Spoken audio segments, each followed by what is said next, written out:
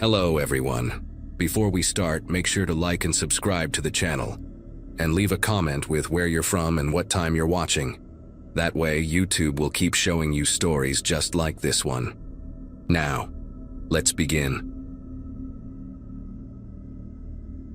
About 6 months ago, at 34, I finally saved enough to buy my first place. A small ranch-style house on Willow Drive in a quiet neighborhood outside Columbus, Ohio.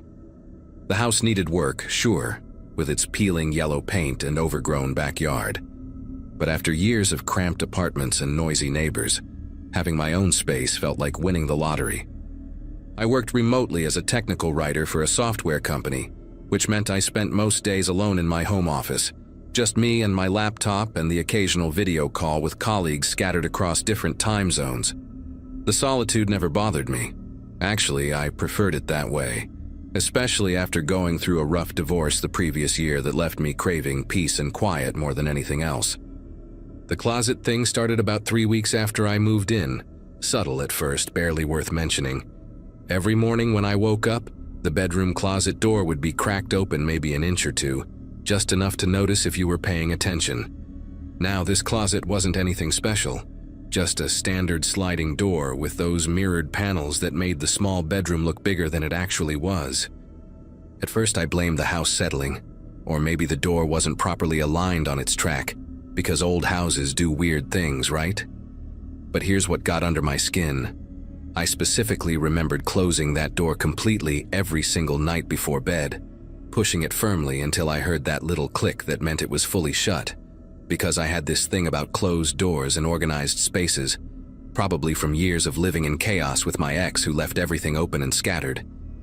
Everywhere. After about a week of this morning routine, wake up, see the gap in the closet door, feel mildly annoyed, I decided to get serious about fixing it. I grabbed my toolbox from the garage, adjusted the rollers on the track, tightened every screw I could find, even sprayed some WD-40 on the mechanism for good measure.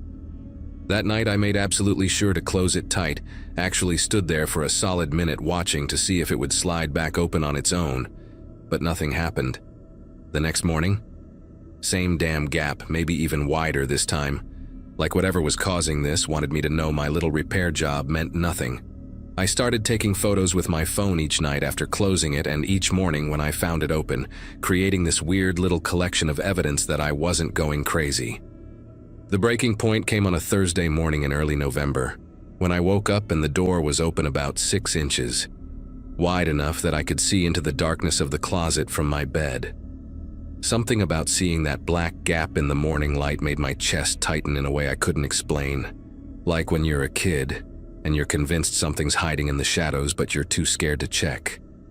I actually called my buddy Nathan that afternoon, asked him if he wanted to come over for beers, and casually mentioned the door situation, hoping he'd offer some logical explanation I hadn't thought of. Nathan suggested maybe I was sleepwalking, getting up in the middle of the night to open it without remembering, which seemed reasonable enough except for one thing. I'd never sleepwalked in my entire life, not once. And my ex would definitely have mentioned it during one of our many arguments if I had been wandering around at night doing weird stuff. That's when I decided to buy a camera, one of those small Wi-Fi enabled ones you can hide pretty much anywhere, because I needed to know what was happening in my bedroom while I slept. The guy at Best Buy recommended this tiny thing, barely bigger than a golf ball, that could record in night vision and save everything to the cloud automatically. I mounted it on top of my dresser behind some books, angled perfectly to capture both my bed and the closet door, then spent an embarrassing amount of time testing different positions to make sure it caught everything without being obvious. That first night with the camera running, I actually had trouble falling asleep, kept staring at the closet door like it might suddenly spring open while I watched, but eventually exhaustion won and I drifted off around midnight, my phone set to alert me if the camera detected any movement. The notification woke me at exactly 3:27 in the morning, my phone buzzing insistently on the nightstand. I grabbed it with clumsy fingers, still half asleep and confused, squinting at the screen that showed a motion alert from the bedroom camera. My heart started hammering as I opened the app, expecting to see myself sleepwalking just like Nathan had suggested, ready to laugh at my own paranoia, and maybe schedule a doctor's appointment to figure out why I'd suddenly developed this weird nighttime habit. But when the live feed loaded, I was still in bed, clearly visible in the grainy night vision footage, lying on my side facing away from the closet. The door, however, was moving, sliding open inch by inch with deliberate slowness, like someone was being extremely careful not to make any noise. I stayed perfectly still in bed, watching my phone screen while pretending to sleep, every muscle in my body tensed like a coiled spring. Through the camera feed, I watched the door continue its slow journey until it was open about 8 inches, and then I saw it. A hand, pale and thin in the night vision footage, fingers wrapped around the edge of the door from the inside. The hand just stayed there for what felt like forever but was probably only 30 seconds, gripping the doorframe like it was testing, waiting, making sure I was really asleep. Then came the part that made me bite down on my tongue to keep from making any sound. A head emerged from the darkness of the closet, followed by shoulders, and I watched in absolute horror as a person, a grown man wearing what looked like a dark hoodie, slowly crawled out of my closet on his hands and knees, moving with the practiced silence of someone who had done this many times before. The intruder stayed crouched by the closet for several minutes, and through the camera I could see him watching my bed, his head tilted at an angle like he was listening to my breathing. He was skinny, probably in his 40s based on what I could make out, with scraggly hair that hung past his shoulders and clothes that looked like they hadn't been changed in weeks. Then he started moving around my room with disturbing familiarity, opening my dresser drawers just enough to peer inside, picking up items from my nightstand and examining them before placing them back exactly where they belonged. He went through my dirty laundry basket in the corner, actually lifted one of my worn shirts to his face, and I had to suppress the urge to jump up and confront him right then. But fear kept me frozen in place, unsure if he might have a weapon or what he'd do if cornered. After about 20 minutes of this nightmare, the man crawled back toward the closet, his movements just as careful and calculated as before. I watched him slide backwards into that dark space, pulling the door most of the way closed behind him, leaving it open just those familiar few inches that I'd been waking up to every morning. The realization hit me like ice water. This man had been living in my closet, coming out every night while I slept, going through my things, watching me, and who knows what else. My closet was deeper than standard. I remembered from the house tour. Something about it extending under the stairs, with that weird angular space in the back where I'd shoved some old boxes when I moved in. There was enough room back there for someone to hide, especially someone thin and flexible enough to contort themselves into that corner behind my hanging clothes and storage containers. I lay there until sunrise, unable to move, unable to think clearly, just watching that closet door through both my own eyes and the camera feed on my phone. When morning light finally crept through the windows, I carefully got out of bed, grabbed my car keys and wallet from the dresser, and walked straight out of the house in my pajamas and bare feet. I sat in my car in the driveway and called 911, told them everything while watching the front door of my house to make sure he didn't try to leave. The cops arrived within 10 minutes, 3 patrol cars with lights flashing, and I gave them my house keys and told them exactly where to look. They went in with guns drawn, shouting commands, and about 5 minutes later they walked out with the man in handcuffs, his head down, not resisting at all, just shuffling along like he was disappointed his secret had been discovered. The detective who took my statement later told me the guy's name was Leonard Briggs, a 51-year-old with a history of breaking and entering, trespassing and voyeurism charges going back 15 years. He'd been living in my closet for almost 2 weeks, surviving on food he'd steal from my kitchen during his nightly excursions. Apparently he'd been very careful to only take things I wouldn't notice. A handful of crackers here, a bit of lunch meat there, sips from different bottles so the levels wouldn't drop noticeably. They found his makeshift nest in that back corner of the closet, a sleeping bag compressed into a tiny bundle, empty water bottles he'd pee in during the day when I was home, protein bars, and a notebook where he'd been writing down my daily routine. When I showered, when I left for grocery runs, when I had video calls for work. The most disturbing part was a collection of my personal items he'd hoarded back there. A few unwashed coffee mugs I thought I'd misplaced, some underwear from my laundry, even my old work ID badge from the job I'd quit 6 months ago that I figured got lost in the move. Leonard had apparently done this before in other houses, the detective explained, picking homes with single occupants who worked from home, studying their patterns for weeks before making his move. He'd accessed my house through a basement window I didn't even know could open, had been living in my basement for days before discovering that perfect hiding spot in my bedroom closet where he could watch me more closely. They charged him with burglary, criminal trespass, and stalking, and he's currently serving a 5-year sentence, though I doubt that's enough to stop him from doing it again when he gets out. I moved out of that house the next week, didn't even go back to pack properly, just hired movers to grab everything while I waited outside. Now I live in a studio apartment with no closets at all, just open wardrobes and transparent storage shelves, and I sleep with every light on because I need to see every corner of my space at all times, need to know that I'm truly alone when I close my eyes at night.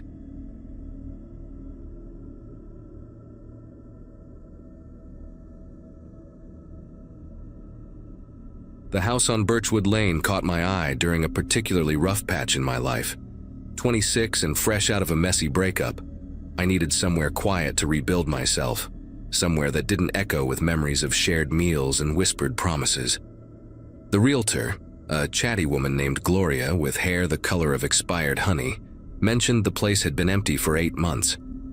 She kept adjusting her oversized glasses while explaining how the previous tenants had broken their lease early, something about a job transfer to Seattle. The rent was surprisingly affordable for a 2-story house with original hardwood floors and a sprawling backyard that backed up to a wooded area. I signed the lease that same afternoon, ignoring the musty smell that seemed to seep from the walls and Gloria's nervous habit of checking her phone every few minutes. Moving in took me 3 days in early September, hauling boxes up those creaky stairs until my legs burned and my back screamed for mercy. The master bedroom had this beautiful bay window that overlooked the backyard, though the view was partially blocked by an enormous oak tree whose branches scraped against the glass whenever the wind picked up. I remember unpacking my kitchen stuff first, carefully arranging my grandmother's vintage plates in the cabinets and hanging my collection of mismatched coffee mugs on the little wooden rack near the stove. That first week felt like playing house, like I was pretending to be a real adult with a real life instead of someone whose entire world had crumbled just 2 months earlier. The neighbors seemed friendly enough. The Johnsons next door had twin boys who rode their bikes up and down the street every evening, and old Mr. Garrett across the way would wave from his porch where he sat smoking his pipe and reading newspapers until sunset. The first sign that something wasn't right came about 2 weeks after I'd settled in. I'd bought a whole rotisserie chicken from the grocery store on my way home from work. I was an administrative assistant at a medical clinic downtown. Nothing glamorous, but it paid the bills. I distinctly remember putting half of it in a Tupperware container for lunch the next day, even wrote Tuesday lunch on a sticky note, and slapped it on top. But when I opened the fridge the next morning, bleary-eyed and desperate for coffee, the container was there but completely empty, just a few grease stains on the bottom. I stood there in my pajamas, holding that empty container like it was some kind of puzzle piece that didn't fit. My first thought was that maybe I'd eaten it and forgotten. Maybe I'd had one of those midnight snacking sessions where you barely remember getting out of bed. But the chicken bones weren't in the trash, and I'd checked everywhere. Even the bathroom wastebasket, which made 0 sense, but my brain was grasping at straws. Then came the yogurt incident 3 days later. I'd splurged on this fancy Greek yogurt with honey and almonds, the expensive stuff in the glass jars that made me feel sophisticated. Bought 6 jars on Monday, ate 1 that night while watching reality TV and judging people's life choices. Tuesday morning, only 3 jars left. Not empty this time, just gone, vanished like they'd never existed. The refrigerator light flickered when I stood there counting and recounting, as if it was mocking my confusion. I actually called my sister Katie in Phoenix, talking to her while I paced around my kitchen, opening and closing cabinets like the yogurt might be hiding behind the cereal boxes. She suggested maybe I was stress eating without realizing it, that the breakup was affecting me more than I thought. Her voice had that careful tone people use when they think you might be losing it, all gentle and measured like you're a spooked horse that might bolt. The lights were what really started to mess with my head. I'd wake up at random hours, 2 in the morning, 4:30, sometimes right around 3, and there'd be a glow coming from downstairs. Not every night, but often enough that I started keeping a notebook on my nightstand to track it. October 15th, kitchen light on. October 18th, hallway and living room. October 20th, just the lamp by the couch, the one with the crooked shade I kept meaning to fix. Each time I'd creep down those stairs, armed with a baseball bat I'd found in the garage, my bare feet silent on the cold wood. The house would be empty, of course, just me and my racing heartbeat, and the hum of electricity through old wiring. I'd turn everything off, double-check the locks, deadbolt, chain, even the little latch on the back door that led to the laundry room, then climb back to bed where I'd lie awake listening to the house settle, every creak and groan sounding like footsteps. Started to notice other things too, little details that made my skin prickle with unease. My shampoo bottle seemed to empty faster than it should, going from half full to nearly gone in just a few days, when typically a bottle lasted me 2 months. The laundry detergent too, I'd bought the jumbo size in early October, and by the end of the month it was down to the last few loads. Even weirder, sometimes I'd come home to find the toilet seat up in the downstairs bathroom, which made no sense because I lived alone and I'm meticulous about putting it down, a habit drilled into me by growing up with 3 sisters. Once I found a towel on the bathroom floor that I didn't recognize, this threadbare blue thing with a bleach stain shaped like Florida. I held it up to the light, trying to remember if maybe it came with the house, if Gloria had mentioned anything about leaving linens behind. But my memory came up blank. By the first week of December, I was barely sleeping. I'd installed one of those doorbell cameras even though the expense made me wince, and I obsessively checked the footage every morning. Nothing.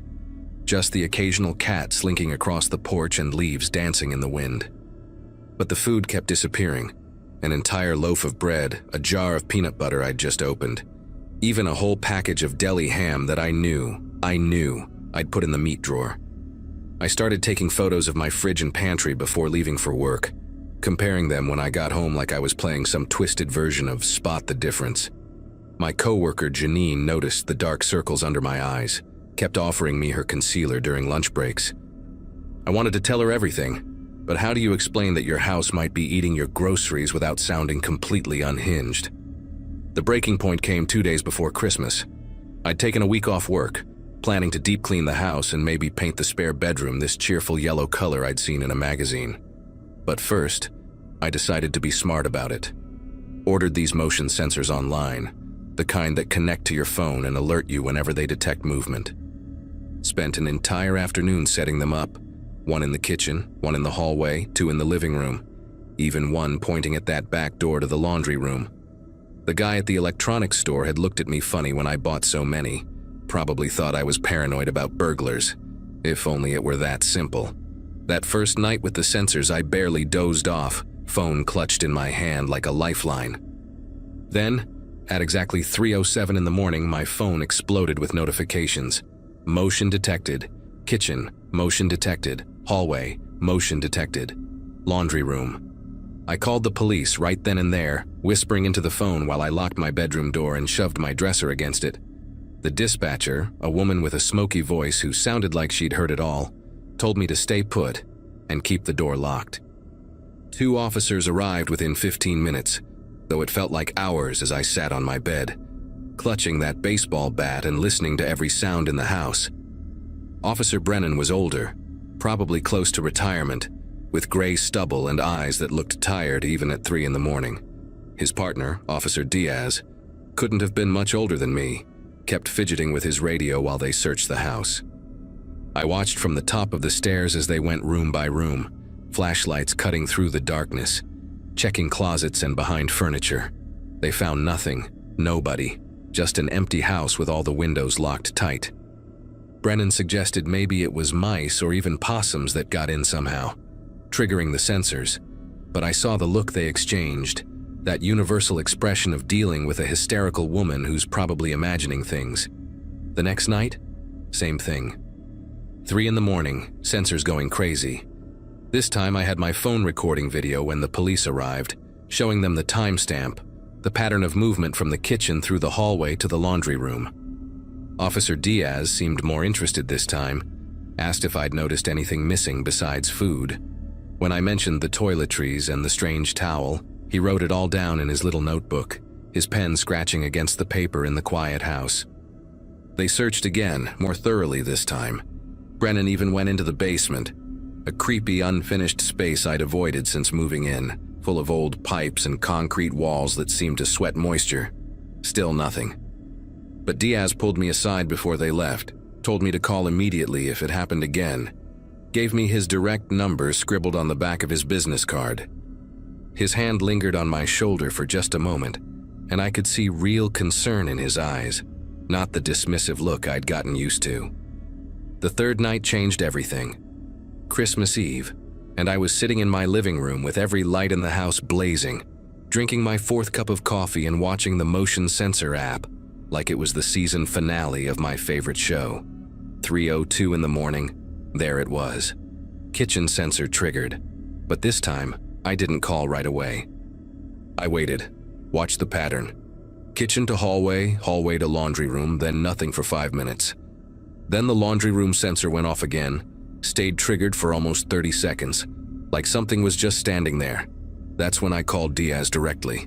He answered on the second ring, sounded wide awake like he'd been expecting my call, told me he was already on his way, to lock myself in the bedroom again. But I was done hiding. I stayed at the top of the stairs, recording everything on my phone, watching as Diaz and Brennan arrived with 2 other officers this time, their flashlights creating a light show through my windows. They went straight to the laundry room this time, like they'd been thinking about it, planning their approach. I heard Diaz calling out to Brennan, his voice sharp with excitement or maybe fear. Then more voices, urgent but controlled, the sound of furniture being moved. 20 minutes later, Diaz came up to get me, his face pale under the hallway light. They'd found it behind the washer and dryer, a hatch, painted the same faded white as the walls, with hinges so well oiled they didn't make a sound. Behind it was a crawl space that connected to the basement through a passage nobody knew existed, not mentioned in any of the house's documentation. Inside that space, they found a makeshift living area. Sleeping bag, canned goods, empty yogurt jars, my yogurt jars, lined up neatly against the wall. Water bottles, a battery-powered lantern, even a small mirror propped up on a milk crate. Whoever had been living there was gone, must have heard the sirens and escaped through the basement while the officers were coming through the front. The investigation revealed more than I wanted to know. The person had been coming and going through a broken ventilation grate in the basement that led outside, hidden behind overgrown bushes near the back of the house. They'd even fashioned a crude pulley system to move the grate from inside, explaining how they could come and go without leaving obvious traces. Detective Morrison, who took over the case after that night, found evidence suggesting someone had been using that crawl space for years, long before I moved in. There were date markings carved into the wooden beams, the oldest one from 2016, food wrappers stuffed into the walls, some so old they were practically fossilized. The previous tenants who broke their lease early. Morrison tracked them down in Seattle. They'd experienced the same things but convinced themselves they were going crazy, choosing to leave rather than dig deeper. Gloria, the realtor, claimed she knew nothing, but Morrison discovered she'd been giving discounts on the rent for years, cycling through tenants who rarely lasted more than 6 months. I moved out the day after Christmas, stayed with my sister Katie until I found a studio apartment downtown. Small, cramped, but entirely mine, with nowhere for anyone to hide. The police never caught whoever had been living in that crawl space. Morrison called me a few weeks later to say they'd found similar setups in 2 other rental properties in the state. Same careful construction, same pattern of coming out around 3 in the morning when people were in their deepest sleep. They think it might be the same person, someone who'd figured out how to exist in the spaces we don't think to look. I still check my motion sensors every night in my new place, even though there's literally nowhere anyone could hide. Sometimes at 3 in the morning, I wake up for no reason, my body trained to expect those notifications. I make myself get up, check the locks, peer into my tiny closet. Everything's always fine, always empty, always safe. But I keep checking anyway, because now I know that the spaces we think are ours might have room for someone else. Someone patient enough to wait until we're asleep to live their parallel life in our homes.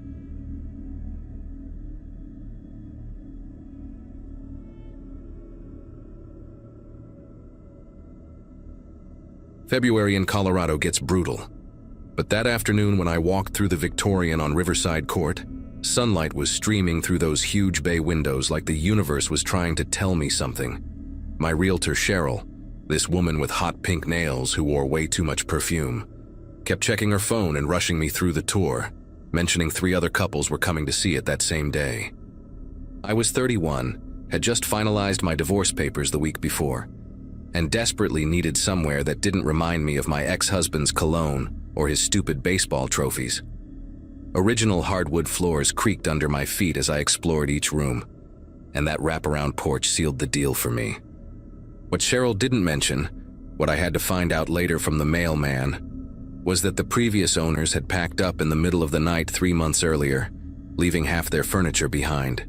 The property management company had cleaned everything out, painted over whatever needed painting, but nobody in the neighborhood seemed to want to talk about why the Fosters left so suddenly. Moving day came 2 weeks later, and I threw myself into making that house mine with an energy I hadn't felt in years. The guest bedroom became my office, painted this soft sage green that reminded me of my grandmother's breakfast nook, where I used to do homework as a kid. Baxter, my golden retriever mix who usually acted like the world was ending every time a leaf blew past, actually started to calm down in the new space, stretching out on the kitchen tiles while I worked. Being a medical transcriptionist meant I could work from anywhere with decent internet, and the quiet neighborhood seemed ideal for concentration. My new neighbors waved from their driveways but kept their distance, suburban courtesy that suited me fine after months of friends trying to set me up with their cousins or co-workers. The street had this predictable rhythm that felt comforting. School bus at 7:30 sharp, mail delivery around 2, porch lights clicking on at dusk. For the first time since my marriage imploded, I could breathe without feeling like my chest might cave in. Everything changed on a Wednesday night, exactly 3 weeks after I'd moved in. The digital clock on my nightstand glowed 3:07 a.m. when I woke up to Baxter growling, this low rumble I'd never heard from him before. He was standing at the foot of my bed, rigid, staring toward the hallway that led to the back of the house. Then I heard it. 3 slow, deliberate knocks on the back door. Not frantic pounding like someone in trouble, not the quick rap of a drunk person at the wrong house. These knocks had a rhythm to them, almost ceremonial. Knock, pause, knock, pause, knock. Each one seemed to echo through the house longer than it should have. Baxter's growl turned into a whine, and he backed up until he was pressed against my legs. I lay there, barely breathing, telling myself it was just tree branches or maybe a raccoon, even though I knew damn well neither of those things knock in perfect intervals. The knocking stopped after maybe 30 seconds, but I couldn't go back to sleep. I spent the rest of the night sitting up in bed with every light in my bedroom on, Baxter curled up beside me, both of us jumping at every creak the old house made. When morning finally came, I checked the back door. Nothing disturbed, no footprints in the flower bed below the porch, no explanation for what we'd heard. I even asked my neighbor, Howard, this retired mechanic who seemed to know everything about everyone on the street, if he'd heard anything strange during the night. He just looked at me for a long moment, then muttered something about possums getting bold this time of year before hurrying back inside. The way he avoided eye contact made my skin prickle. That night, I double-checked all the locks, left the porch lights on, and went to bed hoping it was just a one-time thing, some teenager playing a prank or something equally harmless. 2 nights passed without incident, and I had almost convinced myself I'd imagined the whole thing. Then Friday hit, and at 3:11 a.m. the knocking returned. This time it started at the back door, same slow, methodical pattern, but after 3 knocks it stopped. The silence stretched out for maybe 10 seconds, and just as I was starting to relax, 3 knocks came from the side of the house, right outside the dining room window. Baxter went absolutely ballistic, barking and snarling like I'd never seen, but he wouldn't leave my bedroom, wouldn't go investigate. I grabbed my phone, fingers fumbling as I tried to dial 911, but then the knocking moved again. 3 knocks at the front door, then silence, then 3 more knocks from the other side of the house near the kitchen. Whatever was out there was circling my house, knocking at different points like it was testing something, mapping the layout, learning the space. The pattern continued for almost 10 minutes. Back door, east side, front door, west side, over and over, before everything went quiet. I did call the police that time, my voice shaky as I tried to explain what happened without sounding completely unhinged. 2 officers showed up about 20 minutes later, did a perfunctory check around the property with their flashlights, and told me they didn't see anything suspicious. The younger one, Officer Valdez, seemed genuinely concerned and said they'd have patrol cars swing by more often. The older cop, though, kept exchanging these looks with his partner, like they knew something I didn't. Before they left, Valdez pulled me aside and asked if I'd considered getting security cameras. Said it real quiet, like he didn't want his partner to hear. The way he said it, urgent but careful, made me realize this wasn't the first time they'd been called to this street for something like this. That weekend, I drove 40 minutes to the nearest electronics store and bought 4 cameras, the best ones I could afford, determined to catch whatever sick person was doing this. Installing those cameras gave me a sense of control I hadn't felt since the knocking started. My brother-in-law, Frank, came over Sunday afternoon to help set them up, one covering the back door, one on each side of the house, and one watching the front porch. The system connected to my phone so I could check the feeds anytime, and it would send alerts for any motion between midnight and 6 a.m. Frank, bless him, didn't ask too many questions, just made sure everything was working and showed me how to save footage to the cloud. That first night with the cameras, I actually managed to sleep a few hours, feeling like I finally had some armor against whatever was happening. Monday passed peacefully, then Tuesday, and I started to think maybe whoever it was had seen the cameras and decided to find an easier target. I should have known better. Predators don't just give up when you make things slightly harder for them. They adapt, they wait, they find new ways to get what they want. Wednesday morning, 3:09 a.m. My phone exploded with motion alerts. I grabbed it with trembling fingers, pulled up the live feed, and there he was. A man in a dark hoodie, the hood pulled so far forward I couldn't see any features, just darkness where a face should be. He wasn't at the back door this time. The camera showed him standing in my backyard, maybe 15 feet from the house, perfectly still, facing the back door. He stood there for exactly 3 minutes. I know because I couldn't look away, couldn't even blink. Then he raised his right hand and knocked 3 times in the air, like he was knocking on an invisible door. The motion was slow, deliberate, exactly matching the rhythm I'd been hearing. Then he turned and walked to the east side of the house, disappearing from that camera's view.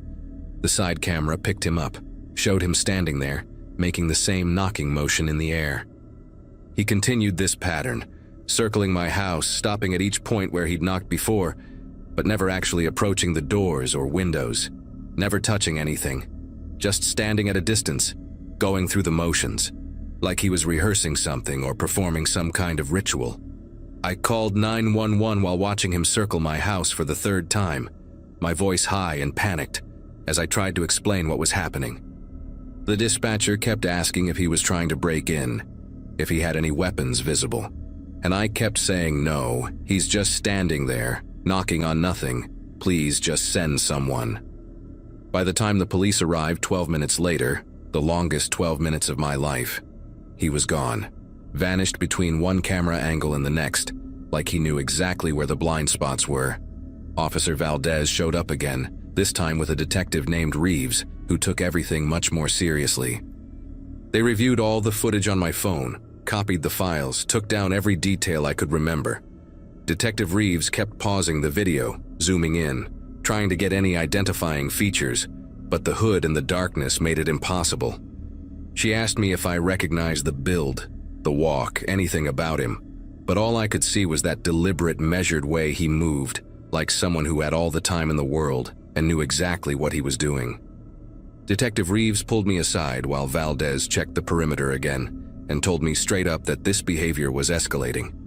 She said the pattern, the testing, the circling, the way he never approached from the same angle twice, suggested someone who was studying my routines, learning when I was most vulnerable. She'd seen similar cases, she said, though she was careful not to give too many details. The way her jaw tightened when she talked about it told me enough. She gave me her direct number, told me to call immediately if anything else happened, and suggested I might want to stay with friends or family for a while. But where was I supposed to go? My parents lived 3 states away. My sister had a new baby and no room, and I'd just spent everything I had on this house. That night, I pushed my dresser in front of the bedroom door, kept all the lights on, and sat up with Baxter, refreshing the camera feeds every few minutes, waiting for him to come back, because somehow I knew he would. People like that don't just stop. They escalate, just like the detective said. 3 nights later, he didn't come to my house. The motion alerts that woke me at 3:15 a.m. weren't from my cameras. They were from the app glitching, showing me static where the feeds should have been. I grabbed my phone to call Detective Reeves, but before I could dial, I heard sirens, lots of them, converging somewhere close. Baxter was pacing, whining, but not at my doors or windows. He kept looking toward the front of the house, toward the street. I crept to my front window, peered through the curtains, and saw police cars, ambulances, the whole circus, 3 houses down at the Andersons' place, the elderly couple who'd always waved when they walked their ancient beagle. My phone rang, Detective Reeves, and her voice was tight, professional, asking if I was okay, if my doors were locked, if I'd seen anything. She couldn't give me details, she said, but they needed my camera footage from the past week, all of it, immediately. The way she said it, I knew the Andersons weren't okay. I knew that whoever had been circling my house, learning my patterns, had moved on to an easier target when I'd made myself too difficult. The guilt hit me like a physical blow. I'd basically pushed him toward my neighbors by installing those cameras, by being vigilant, by not being the easy victim he'd wanted. Detective Reeves called me 2 days later with an update I'll never forget. They'd caught him, not at the Andersons' house, but at another home 6 blocks away, caught in the act of trying to break in through a basement window at 3 a.m. The homeowner, a nurse who worked night shifts, had come home unexpectedly and called 911 when she saw him. His name was Russell Carpenter, 43 years old, lived alone in an apartment complex 2 miles away. When they searched his place, they found notebooks, dozens of them, filled with detailed observations about houses in our neighborhood, sketches of layouts, notes about routines, which houses had dogs, which had security systems when people left for work. My house had 16 pages dedicated to it. The Fosters, the family who'd lived there before me, had 12 pages, ending with a note that said, "Moved away," and the date they'd left. The detective said he'd been doing this for at least 2 years, maybe longer.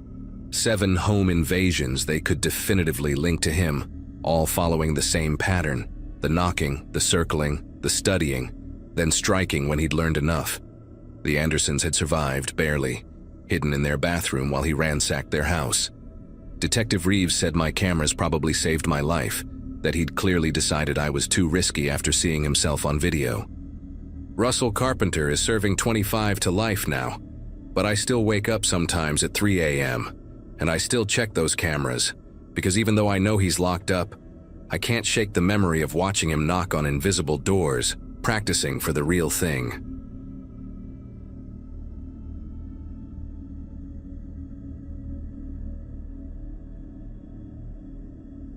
Two months ago, I finally closed on a house in Portland after my divorce papers went through.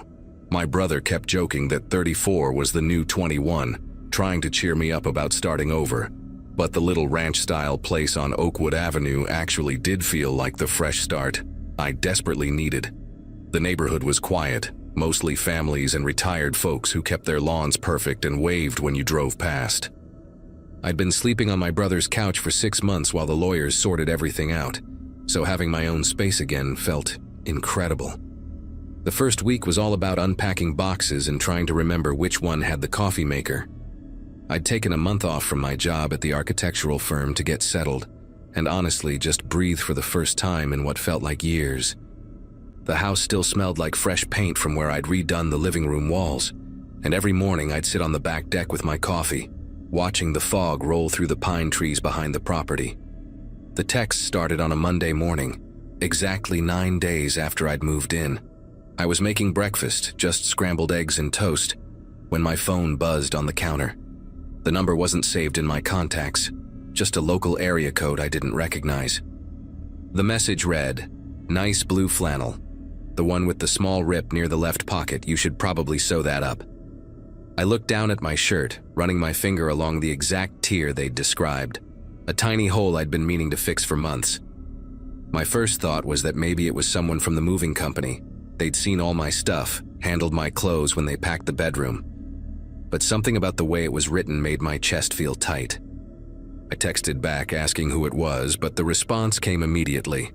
"You burnt the toast. Better check the smoke alarm batteries while you're at it." The toast was indeed slightly blackened on one edge, still sitting on the plate next to the stove where I'd just pulled it out 10 seconds earlier. I walked to every window in the house, yanking the blinds closed hard enough that the plastic slats clattered against each other. The kitchen window faced the backyard, completely fenced in with a 6-foot privacy fence I'd specifically loved about the place.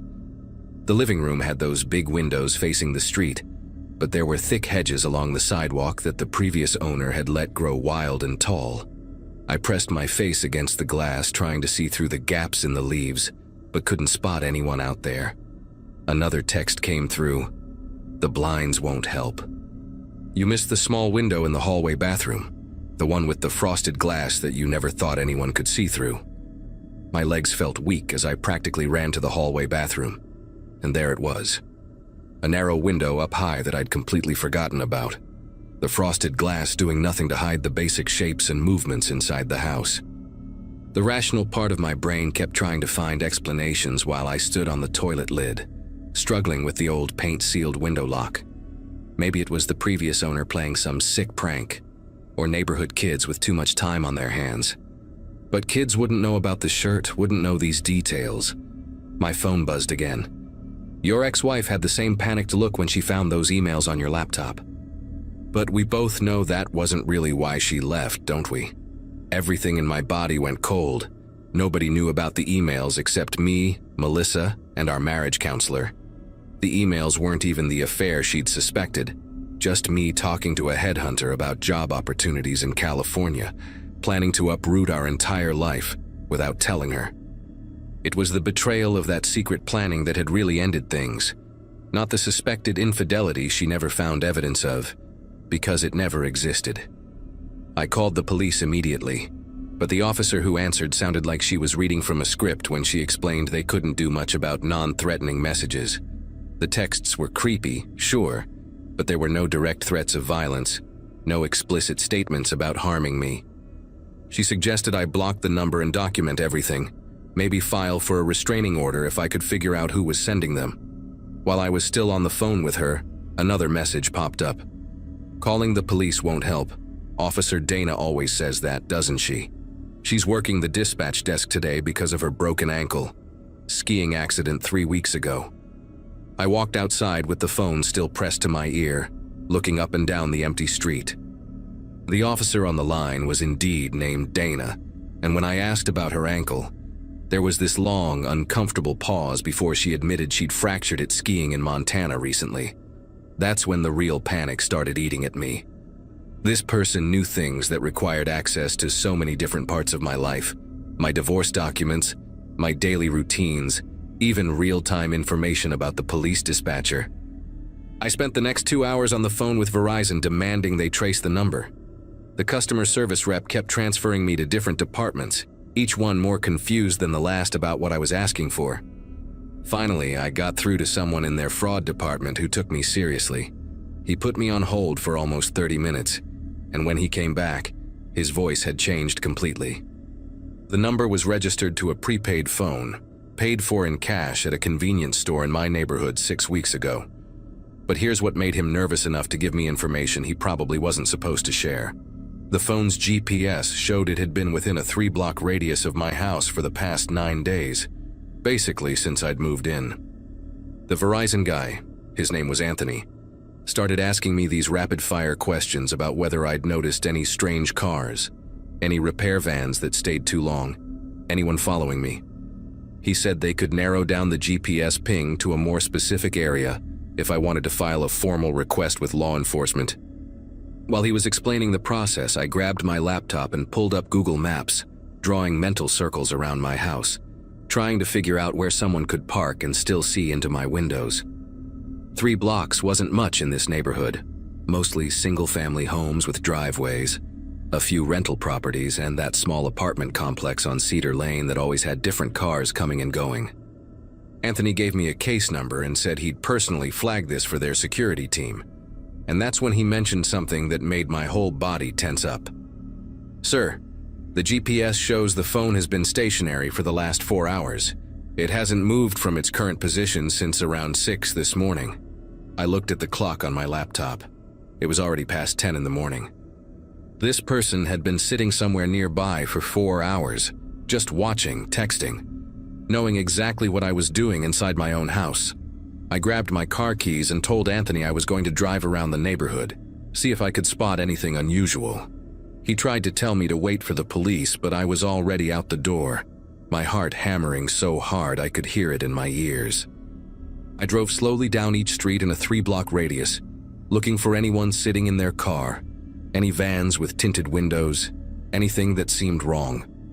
On my second loop, I turned onto Sycamore Road, 2 streets over from mine, and that's when I saw it. A beige Toyota Camry with Oregon plates parked perfectly to have a clear view down the gap between 2 houses, straight into my living room window.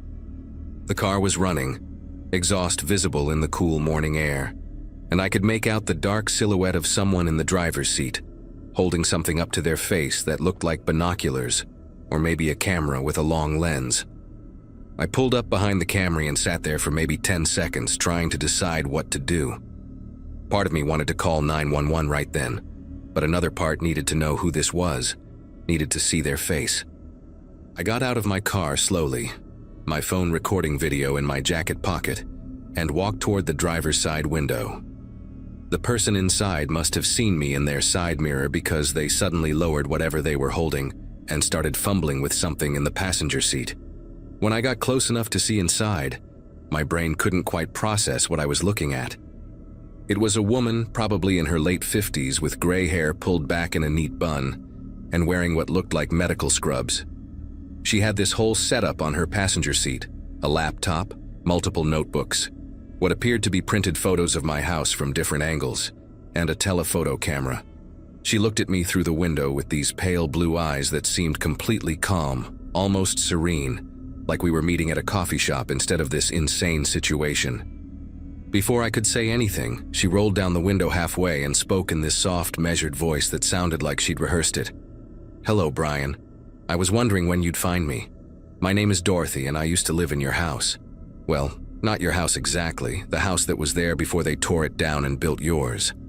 She pulled out a folder from between the seats and held it toward me with steady hands. "I grew up there. Lived there for 43 years until the bank took it in foreclosure 5 years ago. My husband died in the room where your living room is now. Cancer. Took him 14 months to go, and I sat with him every single day in that exact spot where your television is."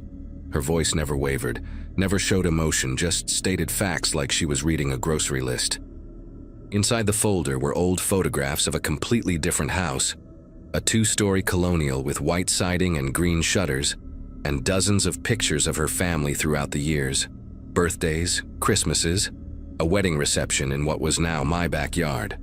She explained how she'd been working as a home health aide since losing the house, how she'd saved every penny to try to buy it back, but the developer got there first and demolished everything. She'd watched them tear it down from this exact spot on Sycamore Road, she said, counted every swing of the wrecking ball. The personal details she knew about my divorce came from a paralegal at my lawyer's office, where she'd done overnight cleaning shifts for extra money. She'd read through papers left on desks, memorized details about the new owner who would be living where her life used to exist.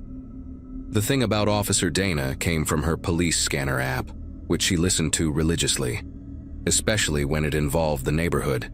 She showed me notebooks filled with observations about everyone who lived within a 5-block radius, their routines, their visitors, their Amazon delivery patterns. It wasn't just me. She had files on all the neighbors, but I was special because I was living in her space, sleeping where her children had slept, cooking where she'd made 43 years of dinners. I stood there on Sycamore Road for what felt like an hour, but was probably only 10 minutes, listening to her calmly explain how she'd figured out ways to see into the house from various angles, how she'd tested different positions until she found the perfect spot. She talked about the bathroom window like it was her greatest discovery, how the frosted glass created shadows that let her track movement through the house. When I told her I was calling the police, she just nodded and said she understood, that she'd been expecting it since the day I moved in.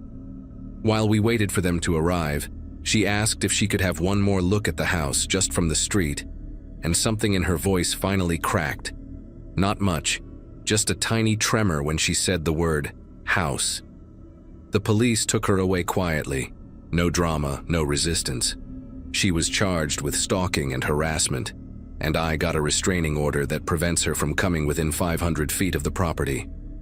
But even now, 2 months later, I still check that bathroom window every morning, still feel exposed in my own living room, and sometimes I wonder if she's out there somewhere beyond that 500-foot line, still watching, still remembering the house that isn't there anymore.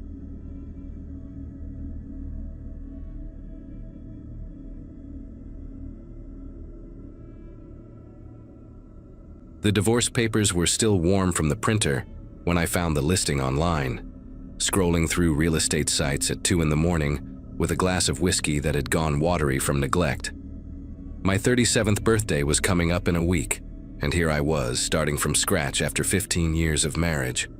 The house caught my eye immediately, not because it was beautiful, but because it was absurdly cheap.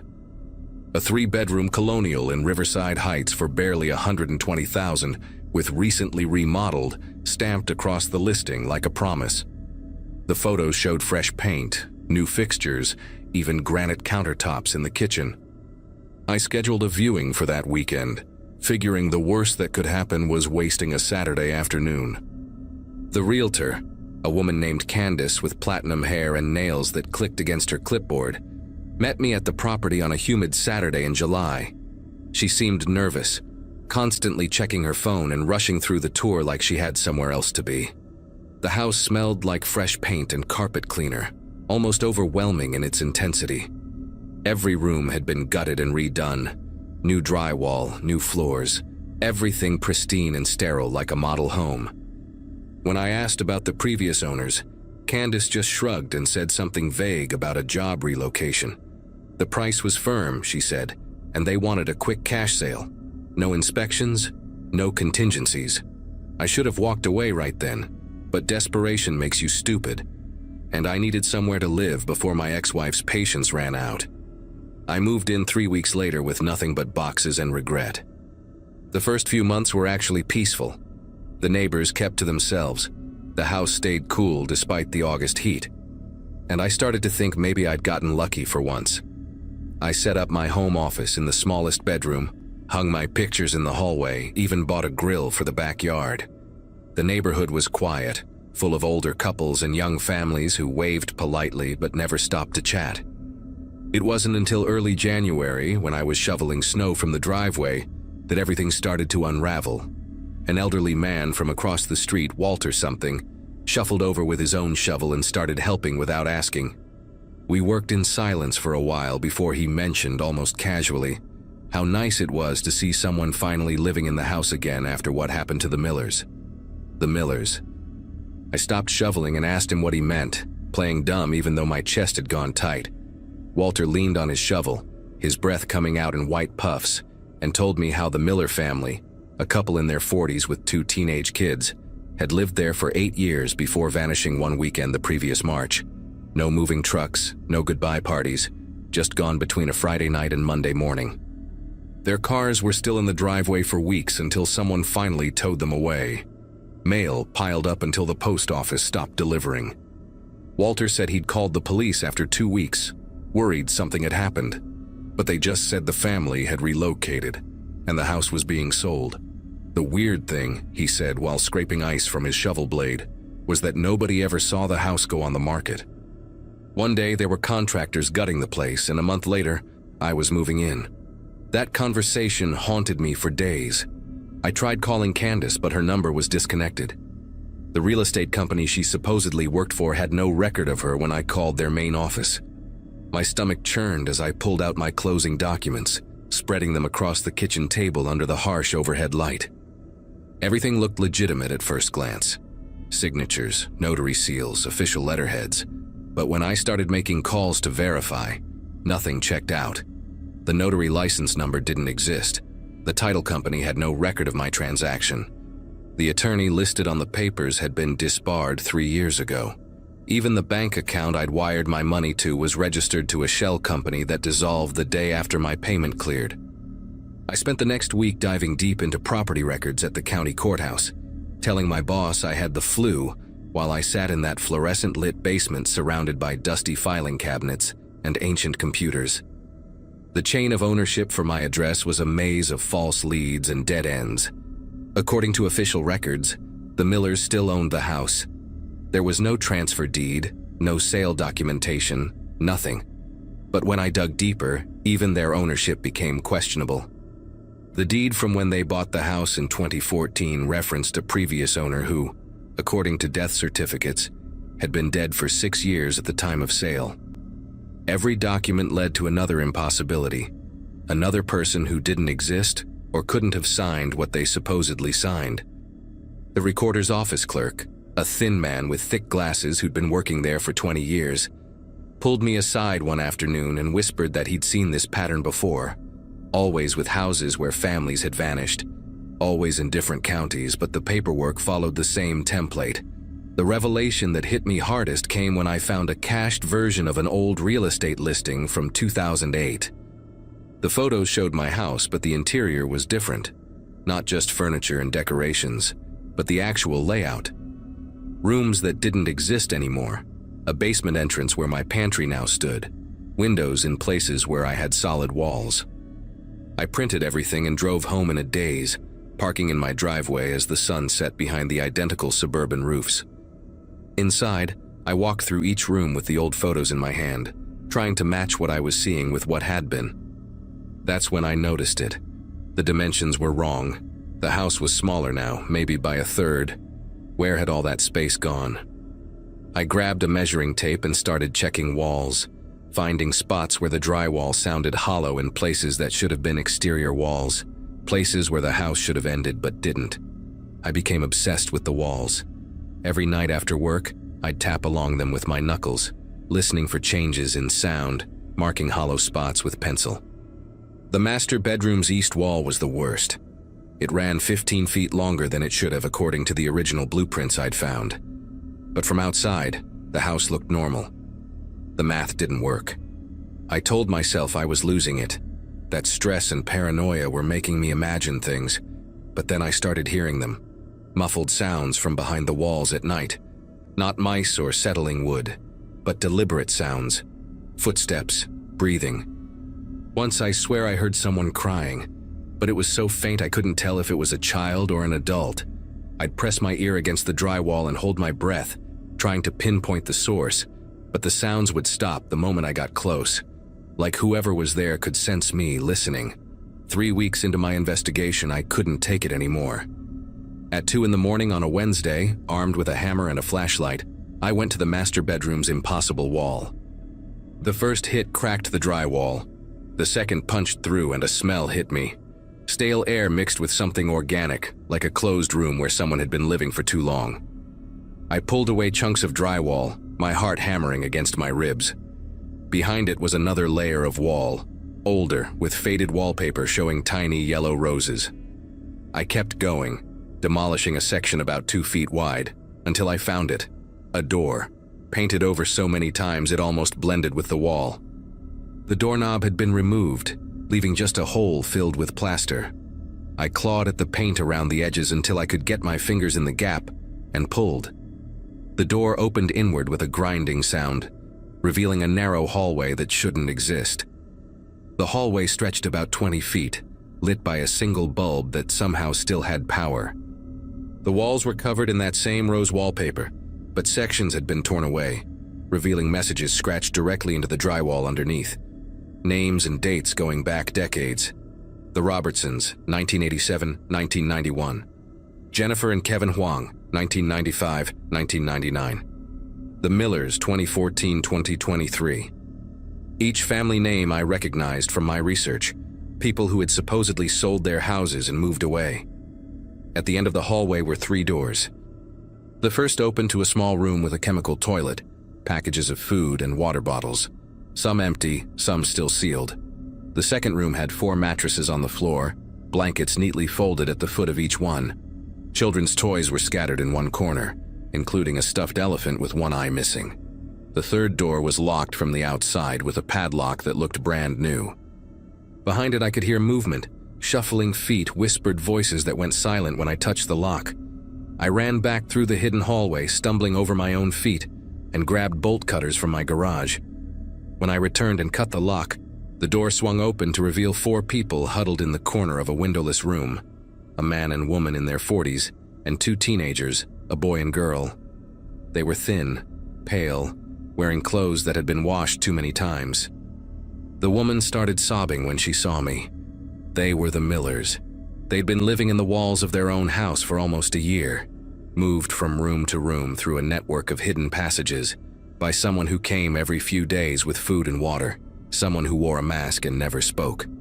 The same person who'd approached them one night with a gun, forced them into the walls, then renovated their house around them, sealing them inside. They'd heard me living in their house, heard me watching TV in what used to be their living room, heard me on phone calls in their kitchen.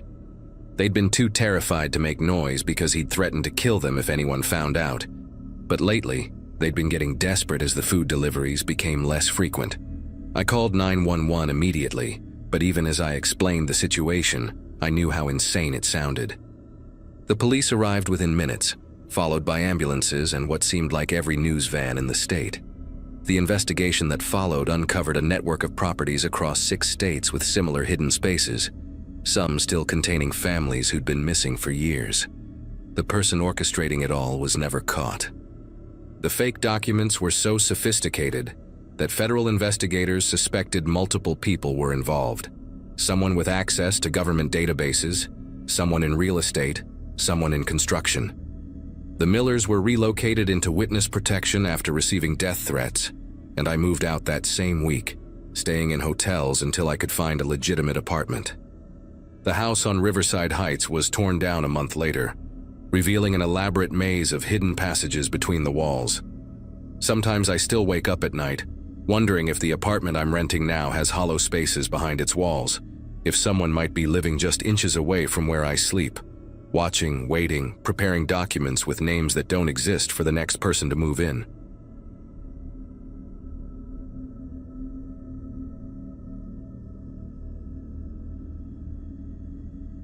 The lease paperwork showed my birth date clear as day, April 1989, which meant I'd turned 34 just weeks before signing. 34 and finally living alone for the first time in my life, if you can believe that. I'd spent years bouncing between roommates, then moved back home after my dad got sick, and by the time he recovered, I was desperate for my own space. The rental on Willow Creek Lane wasn't much, a small 2-bedroom cottage with peeling yellow paint and a chain-link fence. But it was mine. All mine. The landlord, Mr. Castellano, seemed nice enough during the showing. Older guy, maybe in his 60s, with reading glasses that hung on a chain around his neck, and a habit of jingling his keys while he talked. He told me he owned 4 properties in the area, all single-family homes he rented out to nice, quiet folks. I signed the lease that same afternoon, handed over first and last month's rent, and got my keys on a worn brass ring with a little blue tag that said Unit C, even though there was no Unit A or B anywhere in sight. The weirdness started small, the kind of thing you talk yourself out of noticing. I'd come home from my job at the veterinary clinic. I'm a vet tech, been doing it for about 9 years now, and the kitchen light would be on. Not a big deal, right? Maybe I'd left it on that morning in my rush to get out the door, but then it happened again, and again. Always the kitchen light, that ugly fluorescent fixture that buzzed like an angry wasp. I started making a point to check before I left, Even took a photo on my phone one morning to prove to myself I'd turned it off. When I came home that evening, it was blazing bright again. Then I noticed the deadbolt. I'm obsessive about locking up. Always have been ever since my apartment got broken into back in college. So I know for a fact I turn that deadbolt until it clicks. But I'd put my key in the lock and feel it turn just a fraction before catching, like someone had left it not quite locked. Just slightly turned back, maybe a quarter inch from fully engaged. It made this weird grinding sound, metal on metal, that set my teeth on edge every single time. I called Mr. Castellano on a Wednesday morning, trying to keep my voice casual even though my heart was doing this annoying flutter thing in my chest. Hey, just wondering, has anyone been coming by the house? Like for inspections or anything? There was a pause, then that jingling sound of his keys in the background. Oh, sure, he said, like it was the most normal thing in the world. That's just Vincent, my maintenance guy. He checks the furnace filters, looks for leaks, that sort of thing. Standard stuff.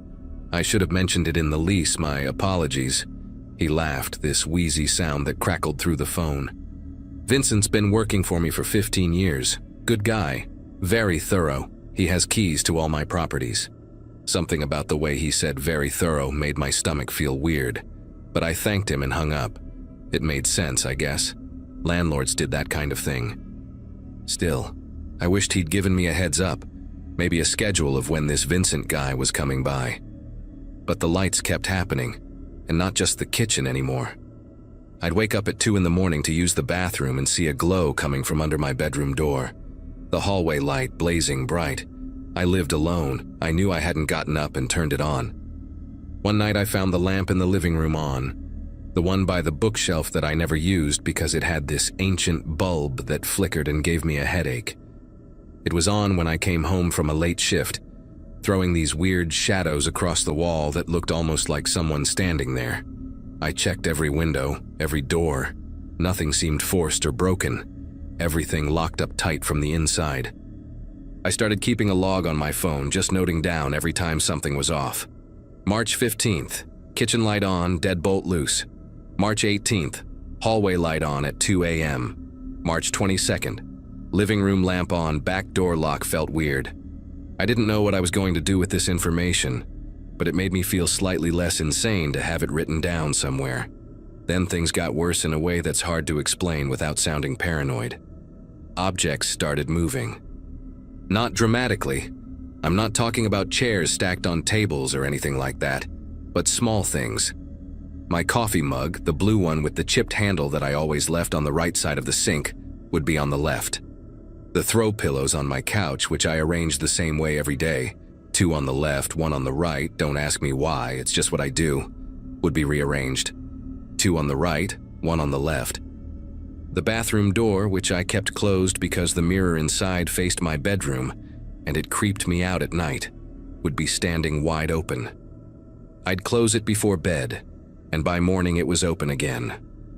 My toothbrush moved from one side of the sink to the other. A framed photo of my dog Pepper, she died 2 years ago, still miss her like crazy, kept getting turned face down on my nightstand. That one really got to me. I'd stand it back up, and the next day it would be face down again, like someone was deliberately trying to mess with me. I called Mr. Castellano again, this time not even trying to hide the edge in my voice. I need Vincent's schedule, I told him. I need to know exactly when he's coming by because things are being moved in my house and it's freaking me out. Another pause, more key jingling. Moved? What do you mean moved? He sounded genuinely confused, which somehow made it worse. I explained about the lights, the locks, the objects. He made this sympathetic humming noise. Honey, old houses settle. Doors swing open on their own. You probably just forgot where you put things. Happens to me all the time. I wanted to scream that I wasn't some scattered airhead who couldn't remember where she put her own coffee mug, but instead I just asked again about Vincent's schedule. He doesn't really have one, Mr. Castellano said. He just swings by when he's in the area. Could be morning, could be afternoon. I'll tell him to maybe leave you a note next time, how's that? It wasn't what I wanted to hear, but I didn't know what else to say, so I just agreed and hung up. That night, I barely slept. Every creak of the house settling made me sit up in bed, staring at my bedroom door, waiting for the handle to turn. The breaking point came on a Thursday night in early April. I'd worked a double shift at the clinic. We'd had an emergency surgery on a Great Dane who'd eaten a bunch of socks, real mess, and I was absolutely exhausted. The kind of tired where your bones ache and your eyes feel like sandpaper. I came home around 11, threw my scrubs in the hamper, took the quickest shower of my life, and fell into bed without even checking my phone. I was asleep within minutes. But sometime in the middle of the night, I woke up. Not suddenly, not from a noise. Just that weird sense that something was different, that the air pressure in the room had changed somehow. My eyes opened and I lay there in the dark, perfectly still, listening. The house was silent, not even the hum of the refrigerator or the tick of the heating vent. Just pure, heavy silence that felt like it was pressing down on my chest. And then I heard it. The softest sound, barely there. Breathing, not my breathing. Someone else's breathing, slow and steady, coming from somewhere near the foot of my bed. My entire body went rigid. I didn't move, didn't even blink. I just lay there, straining my ears, trying to convince myself I was imagining it. But I wasn't. The breathing continued, patient and unhurried, like whoever it was had all the time in the world. I don't know how long I lay there, could have been 30 seconds, could have been 5 minutes. Time did this weird, stretchy thing where every heartbeat felt like an hour. The breathing eventually stopped, and I heard the faintest whisper of movement, like fabric brushing against fabric. Footsteps, so quiet I almost missed them, moving away from my bed toward the door. The click of my bedroom door closing, so gentle it barely made a sound. Then nothing. I waited another 10 minutes before I dared to move, my heart slamming against my ribs so hard I thought I might pass out. When I finally reached over and turned on my bedside lamp, my hands were trembling so badly I almost knocked it over. The room was empty, door closed, everything exactly as it should be. But on my dresser, the little jewelry box I kept there, my grandmother's antique one with the painted roses, was open. I never left it open, ever. Inside, my necklaces were tangled together in a way they hadn't been before, like someone had been running their fingers through them. I grabbed my phone and sat with my back against the headboard until the sun came up, lights blazing in every room, checking the lock on my bedroom door every few minutes, even though I knew it didn't have one. The next morning, I didn't call Mr. Castellano. I didn't trust him anymore. Didn't trust his excuses about Vincent or settling houses or my own faulty memory. Instead, I drove to a Best Buy 30 minutes away and bought a hidden camera. One of those little wireless ones that looks like a phone charger and connects to an app on your phone. Cost me almost $200. Money I really didn't have, but I didn't care. I needed to know. I set it up on my dresser that afternoon, angling it toward my bedroom door so it would catch anyone coming in.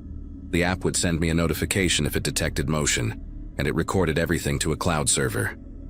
I tested it a few times, walking in and out of frame, watching the footage on my phone. Perfect. Crystal clear, even in low light.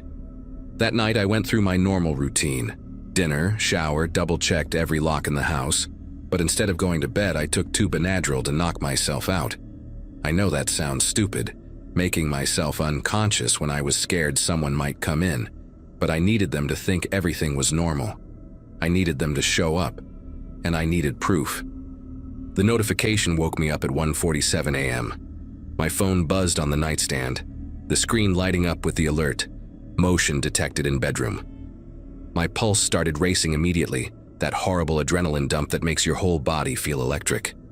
I opened the app with shaking fingers. Okay, my hands were shaking, I'll admit that, and watched the live feed. The angle showed my bedroom door, and as I watched, the handle turned, slowly, carefully, like someone was trying not to make noise. The door opened, and a figure stepped inside. The video quality was good enough that I could see details even in the darkness. It was a man, average height, wearing jeans and a dark jacket. But here's the thing that made my throat close up. It wasn't some stranger. It was Mr. Castellano, my landlord. The same guy who'd been telling me it was just Vincent, the maintenance man. He stood in my doorway for a few seconds, completely still, just looking into my room. Then he stepped further inside, moving with this careful precision that told me he'd done this before. Many times before. He walked to the side of my bed, my side, the left side where I was currently pretending to be asleep, and just stood there, watching me. I could see him on my phone screen, this dark silhouette looming over where I lay, and I had to bite my lip to keep from making a sound. He stood there for what the timestamp later showed was 4 minutes and 37 seconds. 4.5 minutes of him just standing beside my bed, staring down at me while I pretended to sleep. At one point, he leaned down slightly, and I swear I could feel the displacement of air near my face. My eyes were squeezed shut under the blanket, my breathing measured and slow, even though my heart was trying to pound its way out of my chest. Through my phone screen, which I had tilted just enough to see while keeping it hidden under my pillow, I watched him reach out. His hand hovered over my hair, which was spread across the pillow, and for a horrible second I thought he was going to touch me. But he pulled back. He straightened up, turned slowly, and walked to my dresser. The jewelry box. He opened it. That same painted rose box, and I watched him sift through the necklaces, picking up a silver chain my mom had given me for my 21st birthday and holding it up to what little light came through the window. Then he put it back, closed the box, and moved to my closet.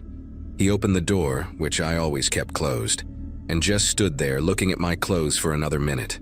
The whole time, his movements were casual, unhurried, like he was browsing a store, like he had every right to be there. Finally, he walked back to the door, paused to look at me one more time, and left. I heard the soft click of the front door lock engaging a minute later. I waited until I saw his car pull away. I jumped up and looked out the window, watched his old Buick sedan disappear down Willow Creek Lane, before I let myself fall apart. I sat on my bathroom floor and cried for 20 minutes straight, that ugly kind of crying where you can't catch your breath and your whole face gets splotchy. But then I stopped. I washed my face, drank a glass of water, and got angry. Really, truly angry. That footage was saved to the cloud. I had him. Clear as day, breaking into my house, standing over me while I slept. I downloaded the video file, backed it up in 3 different places, and at 8 a.m. sharp, I walked into the police station 2 blocks from the clinic. The officer who took my report, Officer Huang, this young woman who couldn't have been more than a few years out of the academy, went pale when I showed her the footage. "Jesus Christ," she muttered, watching Mr. Castellano loom over my bed. "How many times do you think he's done this?" I showed her my log of all the lights and moved objects going back to mid-March. "At least 20 times," I said, maybe more before I started keeping track. They arrested him that afternoon. Turned out I wasn't the first tenant to complain about weird things happening, but I was the first one with proof. When they searched his house, they found keys to all his rental properties, labeled and organized in a drawer. They also found photos. Polaroids of women sleeping. Different women, different rooms, but all the same terrible violation. The prosecutor told me later there were pictures going back at least a decade.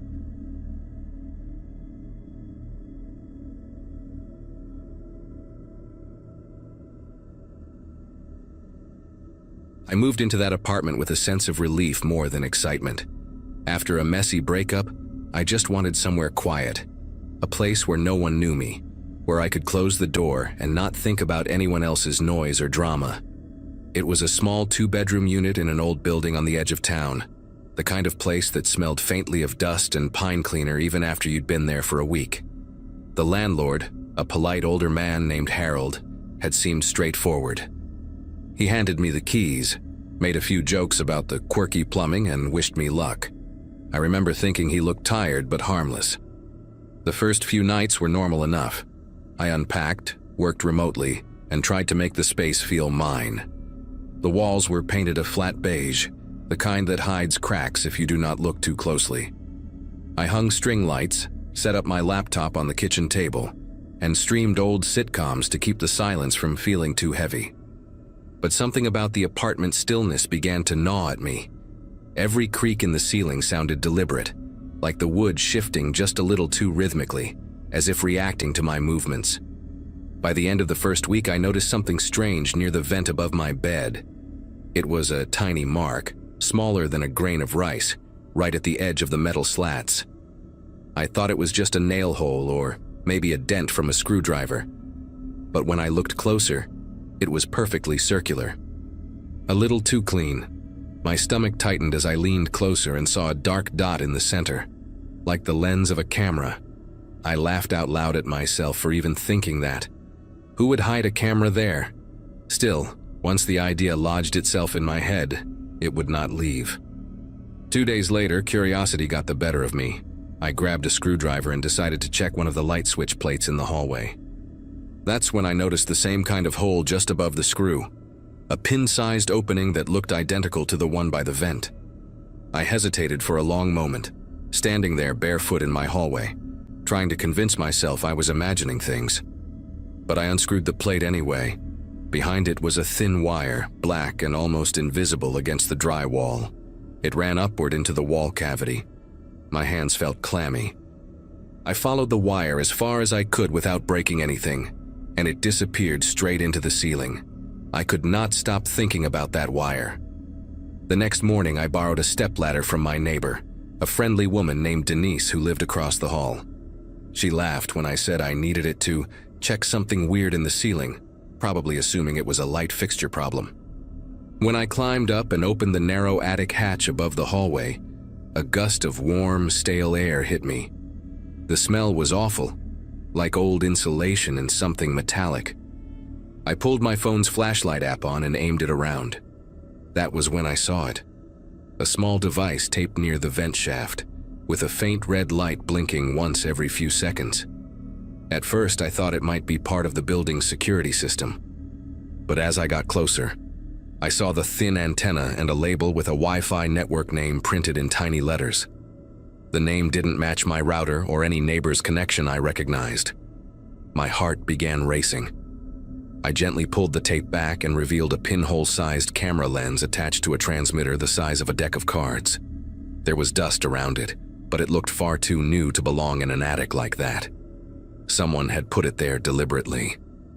I spent the rest of the day spiraling between disbelief and panic. Every vent, every outlet cover, every smoke detector suddenly felt like a threat. I tried to tell myself it was some weird leftover security setup from a previous tenant. But when I emailed the property manager, they told me the building didn't even have central surveillance. That night, I barely slept. I unplugged my Wi-Fi, turned off every light, and sat in the dark with my phone flashlight aimed at the ceiling. Every sound, pipes clicking, the refrigerator cycling, made me flinch. The following morning, I called the police. 2 officers arrived within an hour, one of them carrying a small inspection camera. They went through the attic and my walls more carefully than I had. When they came down, they looked disturbed.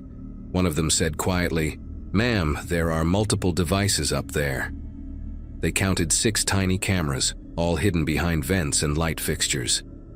Each one was wired to a transmitter pointed toward the street.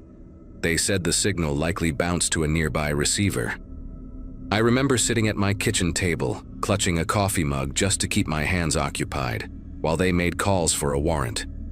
They came back later that evening with a detective and a technician who specialized in digital forensics.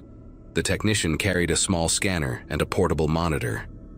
He climbed into the attic again, and within minutes he called down that the devices were broadcasting an open feed. When he patched into the signal, the detective's expression hardened. The live footage showed my bedroom. The bed, the dresser, the nightstand, everything. My knees went weak. The technician muted the screen quickly, but the image burned into my head. I had been living there for nearly 3 weeks. The next few hours felt surreal. They traced the Wi-Fi transmitters and determined the signal had been routed through a small server found behind a wall panel in the basement. It wasn't connected to the building's main network. It had its own separate line running outside the property. The detective asked if I had any information about the landlord before Harold. That was when I remembered. The previous owner had passed away, and Harold had been managing the property for only a year. The detective exchanged a look with his partner and told me they'd need to bring him in for questioning. The building was treated as a crime scene for 2 days. I stayed with a friend across town while investigators removed drywall and collected the hidden devices. Every new discovery made the situation worse. They found microphones too, tucked behind wall outlets and vents. Apparently, the footage had been streaming to a private server that linked to a subscription-based website. The detective later told me that some of the recordings had timestamps going back months before I even moved in. I could not wrap my head around it. How many people had lived there unaware? When Harold was finally arrested, it barely felt real. He had admitted to installing the equipment himself, claiming it was for security reasons. But the footage told a different story. Investigators said he'd been watching tenants for entertainment and selling access to the feed online. The thought of strangers sitting somewhere, watching me sleep, watching me change clothes made me nauseous. The apartment no longer felt like a place I had lived in. It felt like a set, a stage. Every moment of privacy had been a lie. I eventually had to go back to pack my things. Even though the police had already cleared the place, I could not bring myself to be alone inside. Every time I stepped through the door, it felt like eyes were still hidden somewhere behind the walls. I remember moving in silence, stuffing clothes into boxes as quickly as possible. The vents, the light switches, even the mirror in the bathroom made my skin crawl. When I finally locked the door for the last time, it was like shutting a chapter I wanted to erase but never could. The detective called me a few weeks later to update me. They had traced the streams to several online forums where Harold had uploaded live feeds under fake usernames. Some of the viewers had even paid him through cryptocurrency. He faced multiple charges, including invasion of privacy and illegal surveillance. Hearing that gave me a strange mix of anger and vindication. It was horrifying, but at least it meant someone was finally being held accountable. I still check my ceiling vents in every new place I live. I can't stop myself. Even now, I catch myself thinking about all the moments that camera must have seen. The phone calls I made to my mother, the nights I cried after work, the times I danced around the kitchen while cooking, moments that were supposed to be mine. It's strange how easily trust can be destroyed by something you can't even see. I learned more about paranoia in that 1 month than I had in my entire life. Sometimes people on forums ask me why I didn't notice sooner, how I could have missed something like that. The truth is, you never imagine your home being a stage for someone else's entertainment. You never think to question the silence or the air vent above your bed. But once it happens to you, once you've lived inside that kind of invasion, you never unsee it. Even when I close my eyes, that little red light in the attic still blinks in the dark.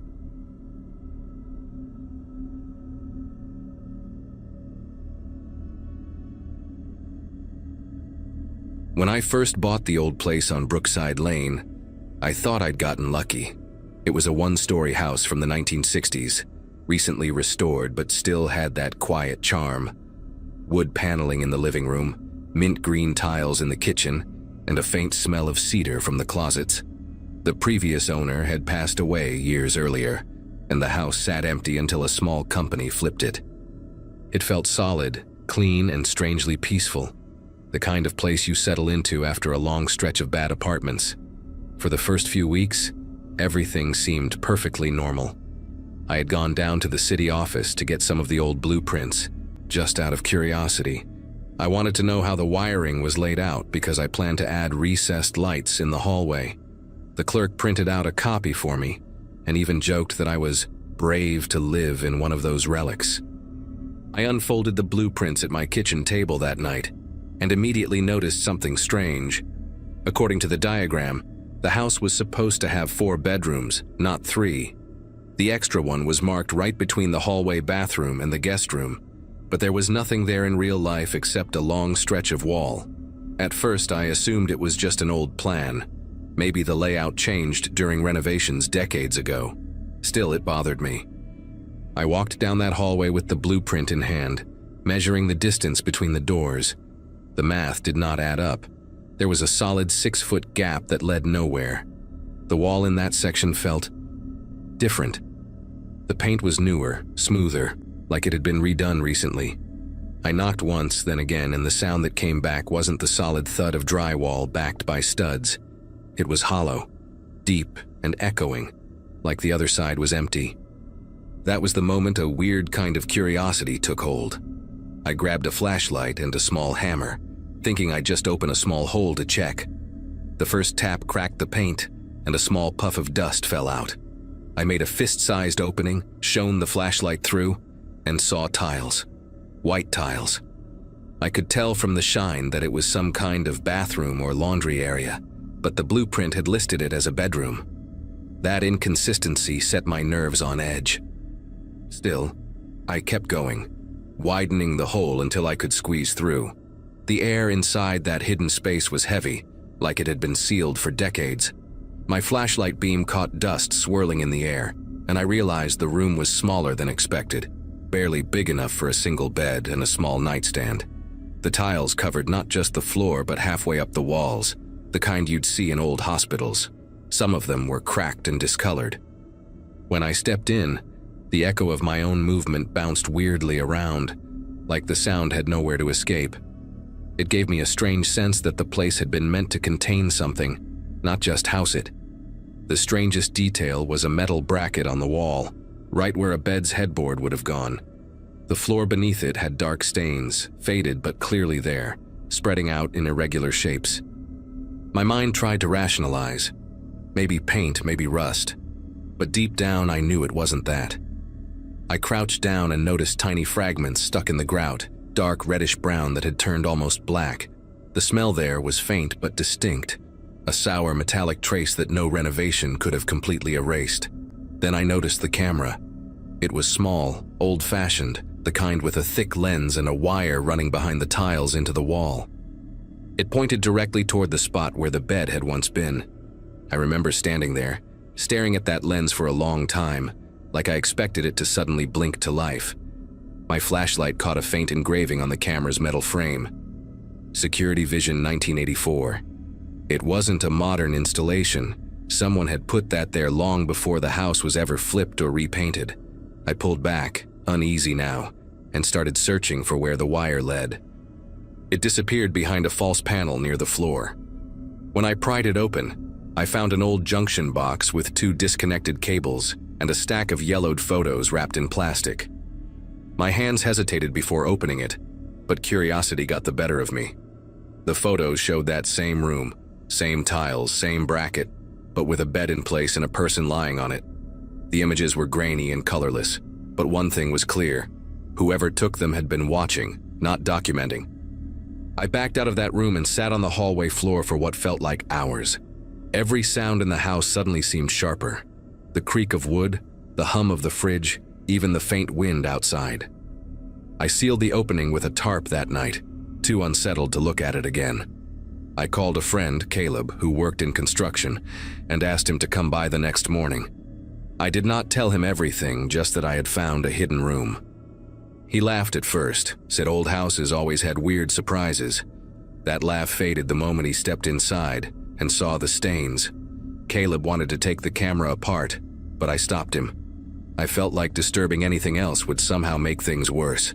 We ended up patching the wall temporarily, covering the entrance with a sheet of plywood until I decided what to do. That night, I slept in the living room with every light on. Around 3 in the morning, the smoke detector started beeping, the low battery kind of sound. But when I climbed on a chair to remove it, I realized it wasn't the detector at all. The sound was coming from inside the wall, near where the hidden room was. The next day, I hired an electrician to trace the old wiring. He found that one of the cables from that sealed space connected to an outlet behind my bedroom dresser, a hidden line that shouldn't have existed. He said it looked like someone had tapped into the power decades ago, possibly to run surveillance equipment. That same afternoon, I went back to the city office and asked about the previous owner. The file showed the name Evelyn Morris. She had lived there from 1967 to 1994, then vanished from local records. No sale, no forwarding address, nothing. The clerk said it was probably a clerical error. It did not feel like one. I moved out 2 weeks later. The real estate agent asked why I was selling so soon, and I just told her I was relocating for work. A few days before I left, I walked through the house one last time. The plywood over the wall looked harmless, almost neat, like it belonged there. But as I turned off the lights and closed the front door, I heard something faint from the hallway. A quiet click, like an old camera shutter being pressed once. I never went back.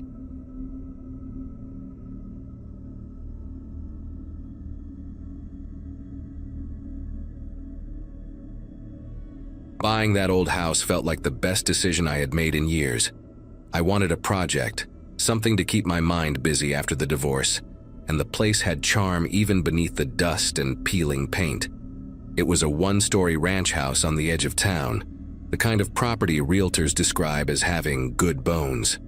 The kitchen, though, was a nightmare. Dark cabinets, yellow linoleum, and a faint smell of mildew no matter how much I scrubbed. I spent most evenings after work tearing out the old fixtures myself, blasting a little classic rock through a Bluetooth speaker, and pretending I knew what I was doing. The strange part started on the third week of renovations. I had just removed the cabinet under the sink when I noticed that the wall behind it didn't look quite right. The paneling sat slightly uneven compared to the rest, and when I knocked on it, it gave a dull, hollow sound. It was too small to hide anything major, maybe old wiring or a forgotten pipe access, but curiosity got the better of me. I fetched a screwdriver and pried it loose, expecting insulation or maybe a mouse nest. What I found instead was a narrow gap, barely wide enough for me to squeeze my shoulders through, leading into darkness. The air inside that space was thick and stale, like a basement that had been shut for decades. My flashlight beam shook against rough wooden beams and dust dancing in the light. The crawl space stretched about 8 feet deep, tapering toward the foundation, and right away I spotted something strange near the far end. A small pile of objects stacked neatly against the wall. Old photographs were scattered across the floor, black and white prints curled at the edges, and a faded pink dress small enough to fit a 6-year-old lay draped over a wooden crate. The sight stopped me mid-movement. Whoever had left these things there hadn't meant for them to be found. I crawled closer, brushing aside spider webs, and lifted one of the photos. It showed a group of children playing on a front lawn, their faces smudged with age but still visible. One girl had a distinctive birthmark across her cheek, shaped like a crescent moon. There were several more photos, birthday parties, school portraits, family snapshots, but none looked recent. Beneath them sat a sealed metal box about the size of a shoebox, heavy and cold to the touch. The latch was rusted but intact. I hesitated for a moment, then pried it open with my screwdriver, expecting old letters or coins. Instead, I saw several disposable flip phones lined up like artifacts in a museum. Each phone was labeled with a strip of masking tape, handwritten numbers, and faded blue ink across the backs. The batteries had been removed, but one of the compartments still held a SIM card. My flashlight caught a reflection off something scratched into the metal lid. 3 letters and a date so faint I could barely make them out. It looked like initials, maybe someone's way of keeping track. My first thought was that it belonged to the previous owner, some paranoid collector or amateur detective. But the more I stared, the more uneasy I felt. Why hide burner phones behind a wall? I brought the box into the kitchen, wiped my hands on my jeans, and sat on the dusty floor just staring at it. Curiosity overrode common sense. I turned one of the phones over in my hand, wondering if I could get it to power on. Most of the devices looked identical, the same cheap silver model popular in the early 2000s. The serial numbers were still legible, though, etched into the plastic beneath the battery slots. Out of habit, I snapped a photo with my own phone, mostly because I wanted to figure out the brand later, maybe post about it on a repair forum. Later that night, I searched a few of the serial numbers online. It was just idle curiosity at first, but one of the results stopped me cold. The exact same sequence appeared in a scanned PDF of a local newspaper article, an old piece about an unsolved child abduction case from the same county. The article mentioned that authorities had found a disposable phone near the scene, its serial number partially linked to several others believed to be connected. I remember scrolling back and forth between my photo and the document multiple times, comparing every digit until there was no doubt. It was the same number. I barely slept that night. Every sound in the house felt louder, more deliberate. The groan of settling wood, the tick of the refrigerator, even the wind pushing against the siding. When morning came, I decided to call the sheriff's office. I half expected them to dismiss me or tell me to drop the box off for evidence, but the woman who answered transferred me almost immediately to an investigator. He asked me to stay put and not touch anything until someone arrived. His tone wasn't casual. It carried the kind of clipped urgency that makes your heartbeat feel uneven. 2 deputies showed up less than an hour later, their patrol car crunching over the gravel driveway. One of them, a tall man with a weathered face and sunburned neck, introduced himself as Detective Lang. They asked me to walk them through everything: how I found the space, what I touched, and whether anyone else had been inside the house since I bought it. Lang kept glancing toward the crawl space like he already knew what they would find. When he finally crouched down and aimed his flashlight inside, he muttered something under his breath and asked his partner to photograph the area before moving anything. The next few hours blurred together. They collected the box, bagged the clothing, and took the photographs for evidence. I signed a short statement, then sat at my dining table while they made calls on their radios. One of them mentioned the name of a detective from an old task force, someone who had retired years ago, but had worked that abduction case. Hearing them say that out loud, confirming the connection, made the whole thing shift from eerie curiosity to something heavy and personal. That missing child had been around the same age as my niece. Over the following week, the sheriff's office kept in touch. They ran the serial numbers and confirmed several phones matched devices listed in old evidence logs. A local paper even ran a small update about new findings in a cold case but left my name out of it, thankfully. I tried to keep working on the house, but every hammer strike echoed through me like a pulse. I started avoiding the kitchen after dark. It was not the crawl space that bothered me anymore. It was the thought that someone had stood in that exact spot years ago, hiding those things piece by piece.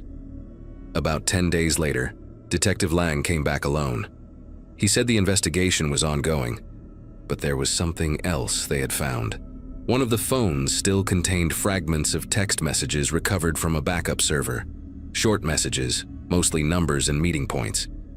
He did not give me details, but his expression changed when I asked if they had found out who used the house before me. He told me quietly that the property had changed hands twice since the early 2000s, and that one of the prior owners had left abruptly, abandoning most of their belongings.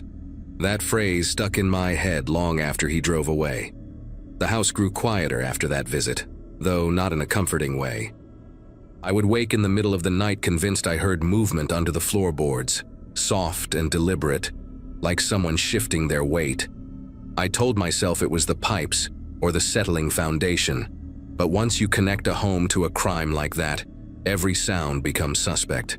I thought about selling, even called a realtor, but something held me back. It felt wrong to walk away before knowing the full truth. A few weeks later, I received a call from the sheriff's office. They had identified fingerprints on the inside of the metal box, prints belonging to one of the victim's family members. It turned out that the mother of the missing child had worked briefly for the family who owned my house decades earlier. She used to clean there on weekends, sometimes bringing her daughter along. The phones, the photos, even the clothing, they all connected to a time when several children vanished from nearby towns. They believed my crawl space had been used to hide communication devices between whoever orchestrated those disappearances. That revelation should have brought closure, but it did the opposite. Knowing that I had been living above a space once used for something that vile made the air in that kitchen impossible to breathe. I tore out the rest of the cabinets, had the entire crawl space sealed with concrete, and replaced the flooring.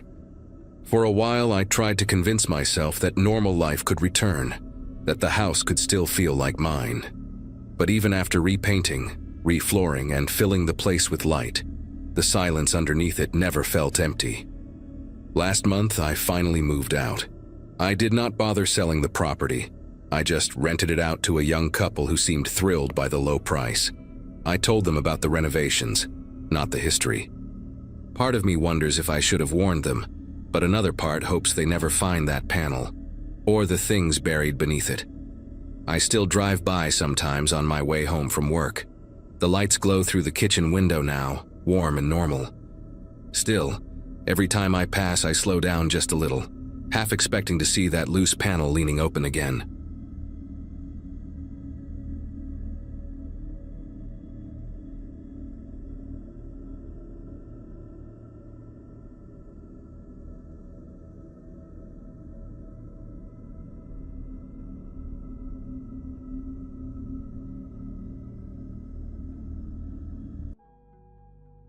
Hello everyone. Before we start, make sure to like and subscribe to the channel, and leave a comment with where you're from and what time you're watching. That way, YouTube will keep showing you stories just like this one. Now, let's begin. Widowhood changes you in ways you never expect, and one of those changes was my decision to stay on the property Glenn and I had built together in rural Montana. He passed 2 winters before that night, and somewhere between burying him and turning 43, I convinced myself that staying made sense. Our nearest neighbors, the Farley family, lived about 3 miles down the county road, and the closest sheriff's substation was in Ridgefield, a good 50-minute drive on roads that turned treacherous after dark. People in the city think isolation sounds peaceful, romantic even, but there is nothing romantic about being a woman alone in a house surrounded by wheat fields and darkness that stretches in every direction. That particular night in early November 2017, I had gone to bed around 10, exhausted from splitting firewood and fixing a section of fence the wind had knocked down. My 2 dogs, a German shepherd named Duke and a mutt named Copper, slept in their usual spots by the wood stove. The wind had died down and the house had settled into that deep, consuming quiet that only exists miles away from civilization. I woke to Duke's growl, low and guttural, the kind of sound he only made when something was genuinely wrong. My eyes opened to complete darkness, and for a moment I lay still, listening, trying to separate real sounds from the remnants of whatever dream I had been having. Then Copper joined in, both dogs now at the bedroom window, their bodies rigid, hackles raised in silhouettes against the faint moonlight coming through the curtains. I heard it then, distant but unmistakable, other dogs barking somewhere out in the night. The Farleys had hounds, and they never barked like that unless something had them spooked. I pushed myself up on one elbow, reaching for the lamp on my nightstand, when I saw it, a sweep of headlights moving slowly across my eastern field. Not on the road, but actually in the field, cutting through the harvested wheat stubble. My heart began pounding as I watched the lights move with purpose, methodical, like whoever was driving knew exactly where they were going. Nobody had any business being on my property at. I checked the clock, 2:47 in the morning. I did not turn on the lamp. Some instinct, ancient and primal, told me to stay in the dark. Instead, I slid out of bed and crouched below the window, peering over the sill just enough to watch. The headlights had stopped moving now, parked at the edge of my property near the old grain silo Glenn had never gotten around to tearing down. Then they went dark. For a long moment, nothing happened, just the dogs growling and the distant sound of the Farley hounds still going wild. Then I saw a second set of headlights appear, coming from the opposite direction, from the west where the old logging road cut through the tree line. These lights also moved slowly, deliberately, and they also stopped at the perimeter of my property before going dark. My mouth went dry. I reached for my phone on the nightstand, my fingers finding it in the darkness, and I pressed the power button. The screen lit up and I immediately dimmed it, shielding the glow with my body. No signal. There was never good signal out here, but sometimes I could get 1 bar near the kitchen window. I moved through the house without turning on any lights, Duke and Copper following close behind me, their nails clicking softly on the hardwood floors. When I reached the kitchen, I pressed myself against the wall beside the window that faced the front yard and the long gravel driveway that connected my property to the county road. What I saw made my legs go weak. A third vehicle was parked at the end of my driveway, its headlights also off, just a dark shape against the slightly lighter darkness of the sky. They had surrounded the house. 3 vehicles, positioned at 3 different points, and all of them had known exactly where to stop, exactly how to approach without being seen from the road. I checked my phone again, holding it up near the window, watching desperately for even 1 bar to appear. Nothing. I thought about the landline in the living room, the old rotary phone Glenn had insisted on keeping because cell service was so unreliable. I started moving toward it, staying low, when I heard something that stopped me cold, the distinct sound of a radio crackling somewhere outside, followed by a man's voice too quiet to make out the words, but close enough to hear the tone. I crawled to the living room, my knees scraping against the rug Glenn's mother had given us as a wedding gift. The rotary phone sat on the small table by the couch, and I lifted the receiver as quietly as I could, pressing it to my ear. Dead silence. No dial tone, nothing. They had cut the line. These were not drunk teenagers or lost hunters. These were people who had planned this, who knew that cutting the phone line would leave me stranded, who understood that by the time anyone realized something was wrong, it would be far too late. I set the receiver down and pressed my back against the couch, trying to think. Glenn's shotgun was in the bedroom closet, a 12-gauge Remington he had taught me to use for coyotes that sometimes went after the chickens. I had not fired it since he died, but I knew it was loaded, knew there was a box of shells on the top shelf beside it. I needed to get back to the bedroom without being seen through any of the windows. Duke suddenly let out a sharp bark, and I grabbed his collar, pulling him close, whispering for him to be quiet. Through the living room window, I saw a beam of light sweep across the front porch. A flashlight. Someone was on my porch, right outside the front door, maybe 15 feet from where I was crouched in the darkness. I heard footsteps on the wooden boards, slow and deliberate, and then the light paused at the window. I pressed myself flat against the floor, my cheek against the cold hardwood, holding both dogs by their collars as they trembled and growled. The beam moved across the room above me, illuminating the couch, the bookshelf, the fireplace mantel with our wedding photo still displayed. Then the light clicked off, and I heard the footsteps retreat, followed by that radio crackle again. A different voice this time, deeper, responded with something I could not understand. They were communicating positions, coordinating movements, and they were doing it with the kind of calm efficiency that terrified me more than anything else. I waited until the footsteps faded before I started crawling toward the hallway that led back to the bedroom. Every creak of the floorboard sounded impossibly loud, and I kept expecting a window to shatter or a door to burst open at any moment. When I finally reached the bedroom, I eased the closet door open and felt around in the darkness until my fingers closed around the cold steel of the shotgun barrel. I pulled it out, checked that it was loaded by touch alone, and grabbed the box of shells from the top shelf. My hands were unsteady as I shoved extra shells into the pockets of my pajama pants. I had no plan beyond this, no idea what I was supposed to do against multiple armed men who clearly knew what they were doing. I thought about hiding, about crawling into the space beneath the bed or locking myself in the bathroom, but I knew that would only delay whatever was coming. These people had not gone through all this trouble just to leave empty-handed.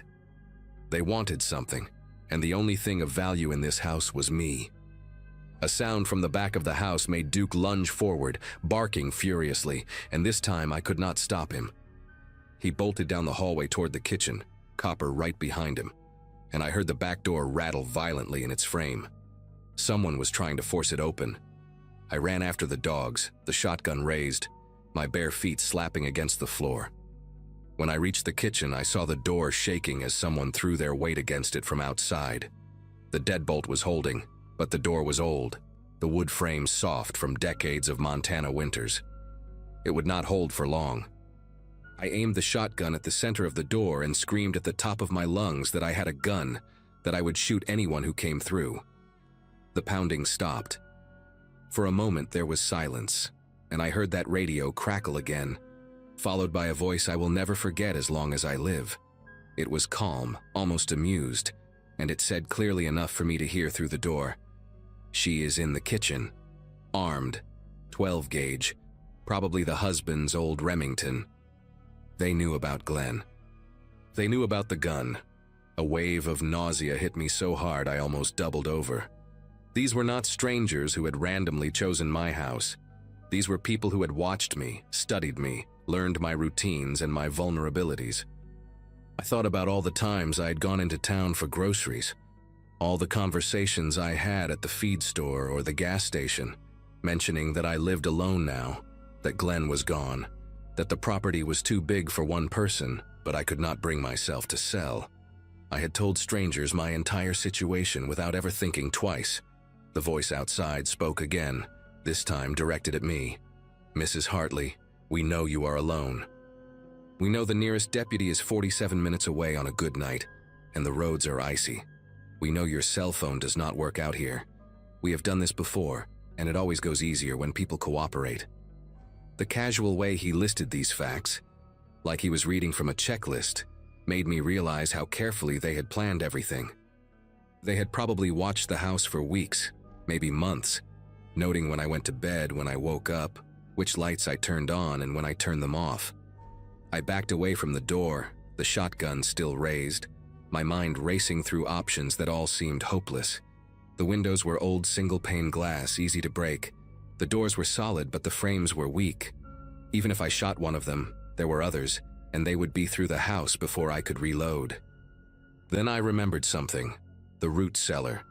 Glenn had dug it himself the second year we lived here, an underground space beneath the kitchen accessible through a trap door hidden under the rug by the pantry.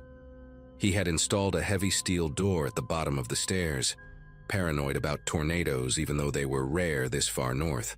The cellar had supplies, canned food, water, a battery-powered radio, and most importantly, it had a lock that could only be opened from the inside. If I could get down there with the dogs, I could wait them out. Eventually, someone would notice I was missing. Eventually, help would come. It was not a good plan, but it was the only plan I had, and I was running out of time. I moved quickly, pulling back the rug with one hand while keeping the shotgun ready with the other. The trapdoor was right where it had always been, the iron ring handle cold against my palm. I yanked it open and whistled for the dogs, and Duke understood immediately, bounding down the wooden stairs into the darkness below. Copper hesitated, confused, and I had to grab him by the collar and practically shove him through the opening. I was halfway down the stairs myself when I heard glass shatter somewhere in the house, followed by heavy footsteps and voices calling out to each other. They were inside.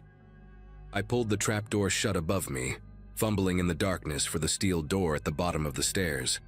My fingers found the handle, and I pulled it closed just as I heard footsteps in the kitchen directly above me. The lock was a heavy deadbolt, the kind you would find on a commercial door, and it slid into place with a solid thunk that echoed in the small concrete room. I pressed my back against the cold wall, both dogs huddled against my legs, and I listened to the sounds of my home being torn apart above me, cabinets slamming, furniture being overturned, and then footsteps directly over the trapdoor, followed by the sound of someone pulling at the handle. A voice, the same calm voice from before, called down through the floor. "Mrs. Hartley, that is a very old door. We have tools, we have time. The choice is yours." I did not answer. I sat in the darkness with my shotgun aimed at the steel door. My dogs pressed against me, and I waited. I heard drilling, prying, the sound of metal scraping against metal. It went on for what felt like hours, but was probably only 40 minutes. Then, suddenly, it stopped.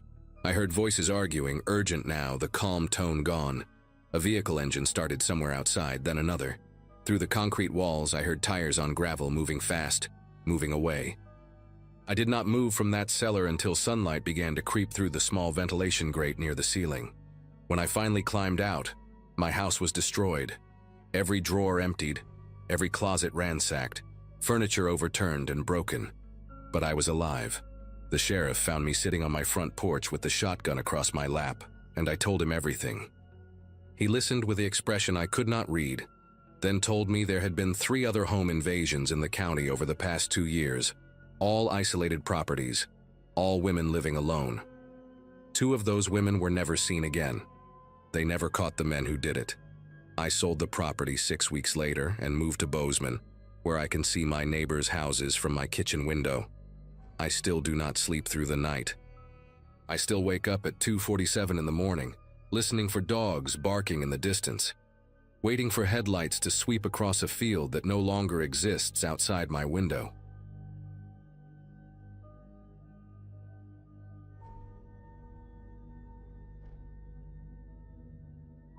Ridgefield, Montana is the kind of place that does not show up on most maps.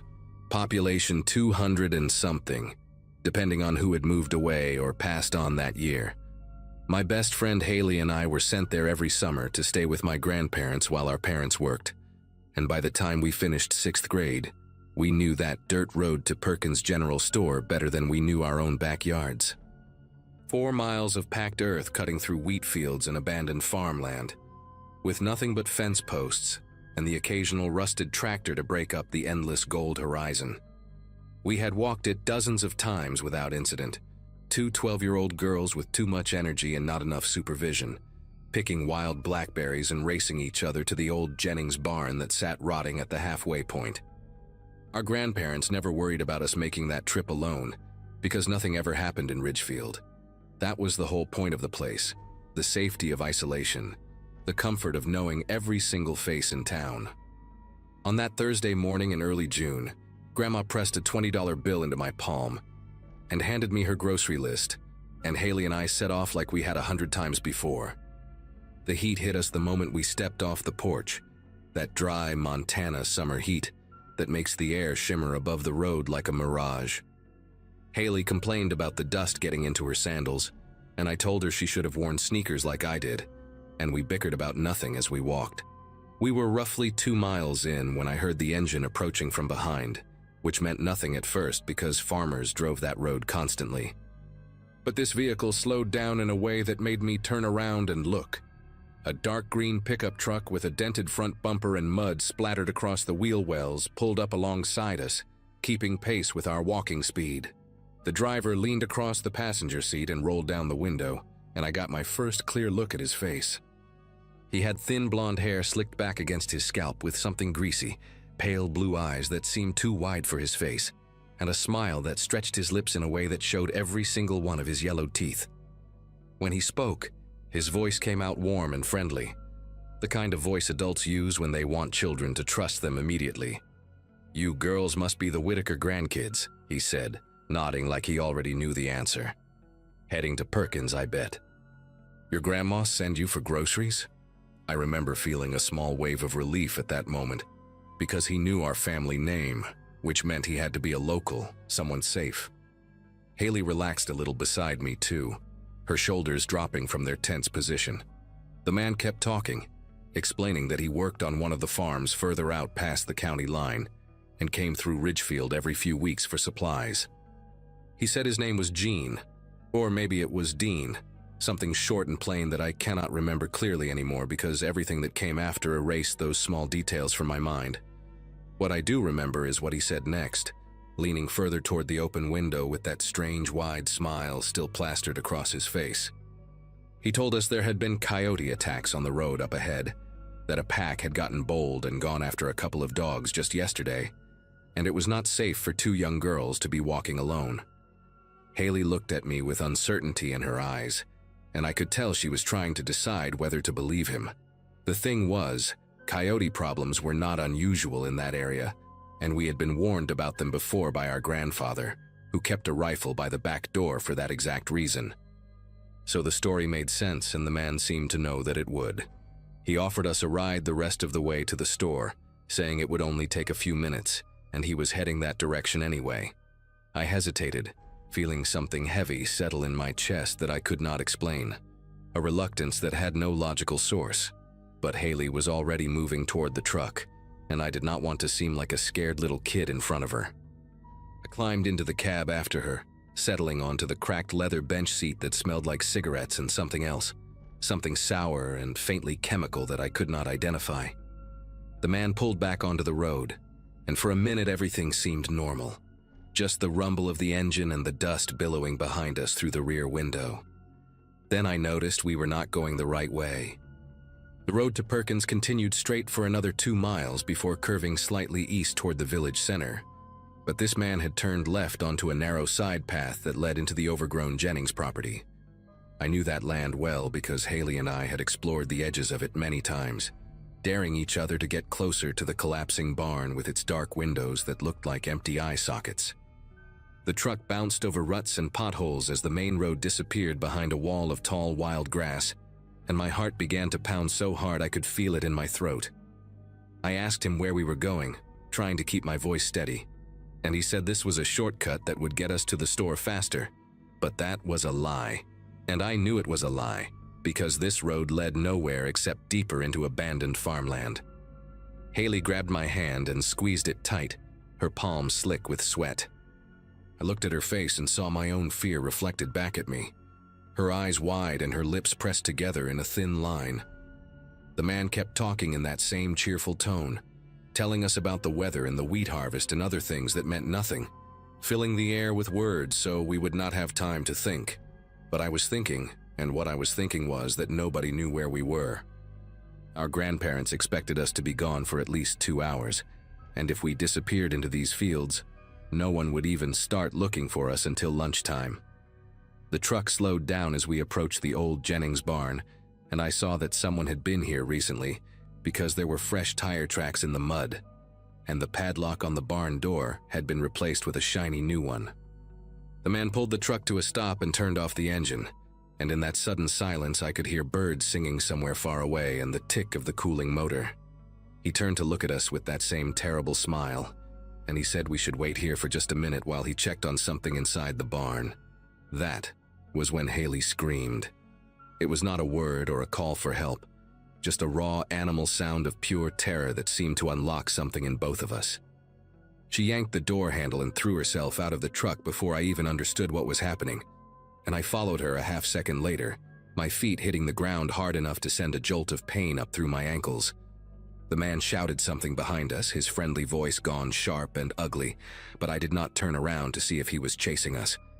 We ran into the tall grass, pushing through stalks that whipped against our faces and arms, our breath coming in ragged gasps. I could hear Haley somewhere to my left, crashing through the vegetation, and I angled toward the sound of her footsteps. The grass was so high that I could not see more than a few feet in any direction, and I kept expecting to feel a hand close around my arm or my hair at any moment. My lungs burned and my legs ached, but I did not slow down, could not slow down, because somewhere behind us was a man who had taken us to an abandoned barn in the middle of nowhere, and I knew with absolute certainty what that meant. We ran until the grass thinned out and gave way to a plowed field, the dirt soft and uneven beneath our feet. I stumbled twice and caught myself with my hands, scraping my palms raw against rocks and dry clods of earth. Haley was crying now, loud hiccuping sobs that she could not control, and I grabbed her wrist and pulled her along because we could not stop yet. In the distance, I could see a farmhouse with a red roof and a weather vane shaped like a rooster, and I pointed toward it and told Haley to keep going. My whole body was shaking, not just my hands but my legs and my jaw and something deep inside my chest that would not stop trembling no matter how hard I tried to control it. We crossed what felt like miles of open field, exposed and vulnerable under that bright blue sky, before we finally reached the farmhouse and I started pounding on the door with both fists. A woman in her 60s opened it, flour on her apron and confusion on her face, and I tried to explain what had happened, but the words came out jumbled and desperate, and I could see that she did not understand. Her name was Loretta Grimes, and she sat us down at her kitchen table and gave us glasses of water while she called our grandparents. Haley could not stop crying, her whole body shaking with sobs that seemed to come from somewhere deep inside her, and I held her hand across the table while I tried to answer Loretta's questions. I told her about the man in the green truck, about the lie he told us about coyotes, about the turn onto the side road and the barn with the new padlock. Loretta's face went pale as I spoke, and she picked up the phone again to call the sheriff's office in the next town over. My grandfather arrived 20 minutes later, his face a mask of fear and fury that I had never seen before, and he wrapped both of us in his arms so tight I could barely breathe. The sheriff's deputy showed up an hour after that, a young man with a notepad who wrote down everything I said and nodded seriously but did not seem particularly alarmed. He told us the description matched several trucks in the county and that without a license plate number, there was not much they could do. My grandmother kept saying we should never have been walking alone, that it was her fault for sending us, and the guilt in her voice made me feel worse than anything else that had happened that day. The following weeks were strange and uncomfortable in ways I did not expect. Word spread through Ridgefield quickly, as it does in small towns, but the reaction was not what I thought it would be.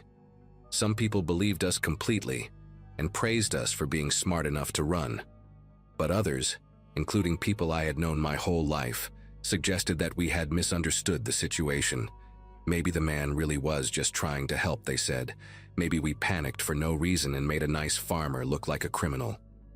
One older man at the general store told my grandfather that city kids were always too suspicious, too dramatic, and that we probably scared a good Samaritan half to death by jumping out of his truck like that.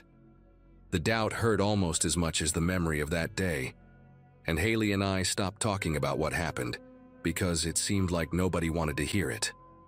We finished out the summer at our grandparents' house, but we never walked to the store alone again, and we never explored the old Jennings property, and we slept in the same bed every night because neither of us could stand to be alone in the dark.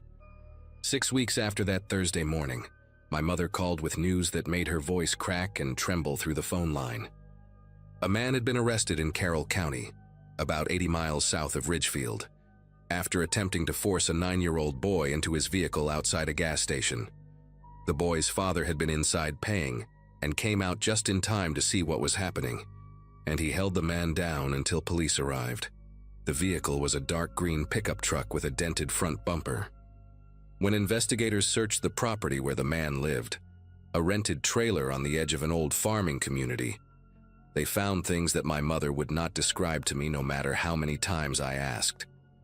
She only said that the man had done this before, in other counties, in other states, and that some of those children had never been found.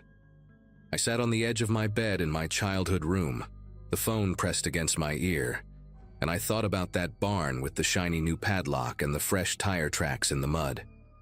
I thought about how close we had come to being part of a story that ended very differently. A story that might have ended with our photographs on missing person flyers stapled to telephone poles across Montana. Haley and I are adults now, both of us with families of our own, and we have only talked about that day a handful of times in all the years since. But I think about it more often than I would like to admit, usually when I see my own daughter walking home from school or riding her bike around the neighborhood. I taught her early about strangers and cars and the lies that dangerous people tell, and I made sure she understood that politeness is never more important than survival. She knows that if something feels wrong, she should run first and explain later, and she knows that I will always believe her no matter what anyone else says. The man who drove that green truck is serving multiple life sentences now, locked away in a place where he cannot hurt anyone else. But sometimes late at night when sleep will not come, I still see his face through that rolled down window. I still see those yellowed teeth stretched into that wide, unnatural smile, and I still hear his friendly voice, asking if we were the Whitaker grandkids heading to the store. And I wonder how many other children heard that same voice, saw that same smile, and were not lucky enough or fast enough to escape into the tall grass before it was too late.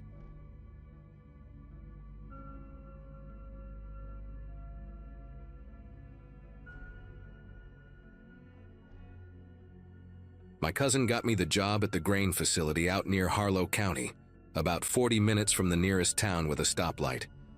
He worked for the agricultural company that owned the place and said they needed someone to cover night shifts for a few weeks, while their regular guy recovered from back surgery. Simple work, he promised. Walk the perimeter twice a night, log any delivery trucks that came through, check the temperature gauges on the storage bays, and make sure nobody was messing around on the property. The pay was decent for what amounted to sitting in a small office trailer and reading most of the night. I had just finished my teaching certification and was waiting for the school district to finalize my contract for the fall semester, so the timing worked out. My girlfriend thought I was crazy for taking a job in the middle of nowhere, but we needed the money, and 6 weeks of overnight shifts seemed like easy cash. The facility itself sat on about 15 acres of flat land surrounded by cornfields on 3 sides and a county road on the 4th. There were 6 massive grain silos, a long metal warehouse for equipment storage, and 3 smaller storage bays used for overflow during harvest season. The office trailer where I spent most of my time was positioned near the front gate, close enough to the road that I could see headlights coming from a mile away. My first 3 shifts were exactly what my cousin described. Boring in the best way possible. I did my rounds at midnight and again at 4 in the morning, wrote down a whole lot of nothing in the logbook, and spent the rest of my time grading practice tests I had created for the class I would be teaching in September.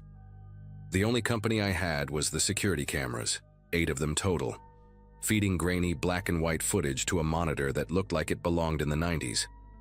The night sounds out there took some getting used to. The grain settling in the silos made these deep groaning noises, and the wind coming across the fields would rattle the metal siding on the warehouse something fierce. It was my fourth shift when I noticed the first thing that seemed wrong. During my midnight round, I walked past Storage Bay 2, one of the smaller units used for equipment and spare parts, and saw fresh tire tracks in the gravel leading up to the roll-up door.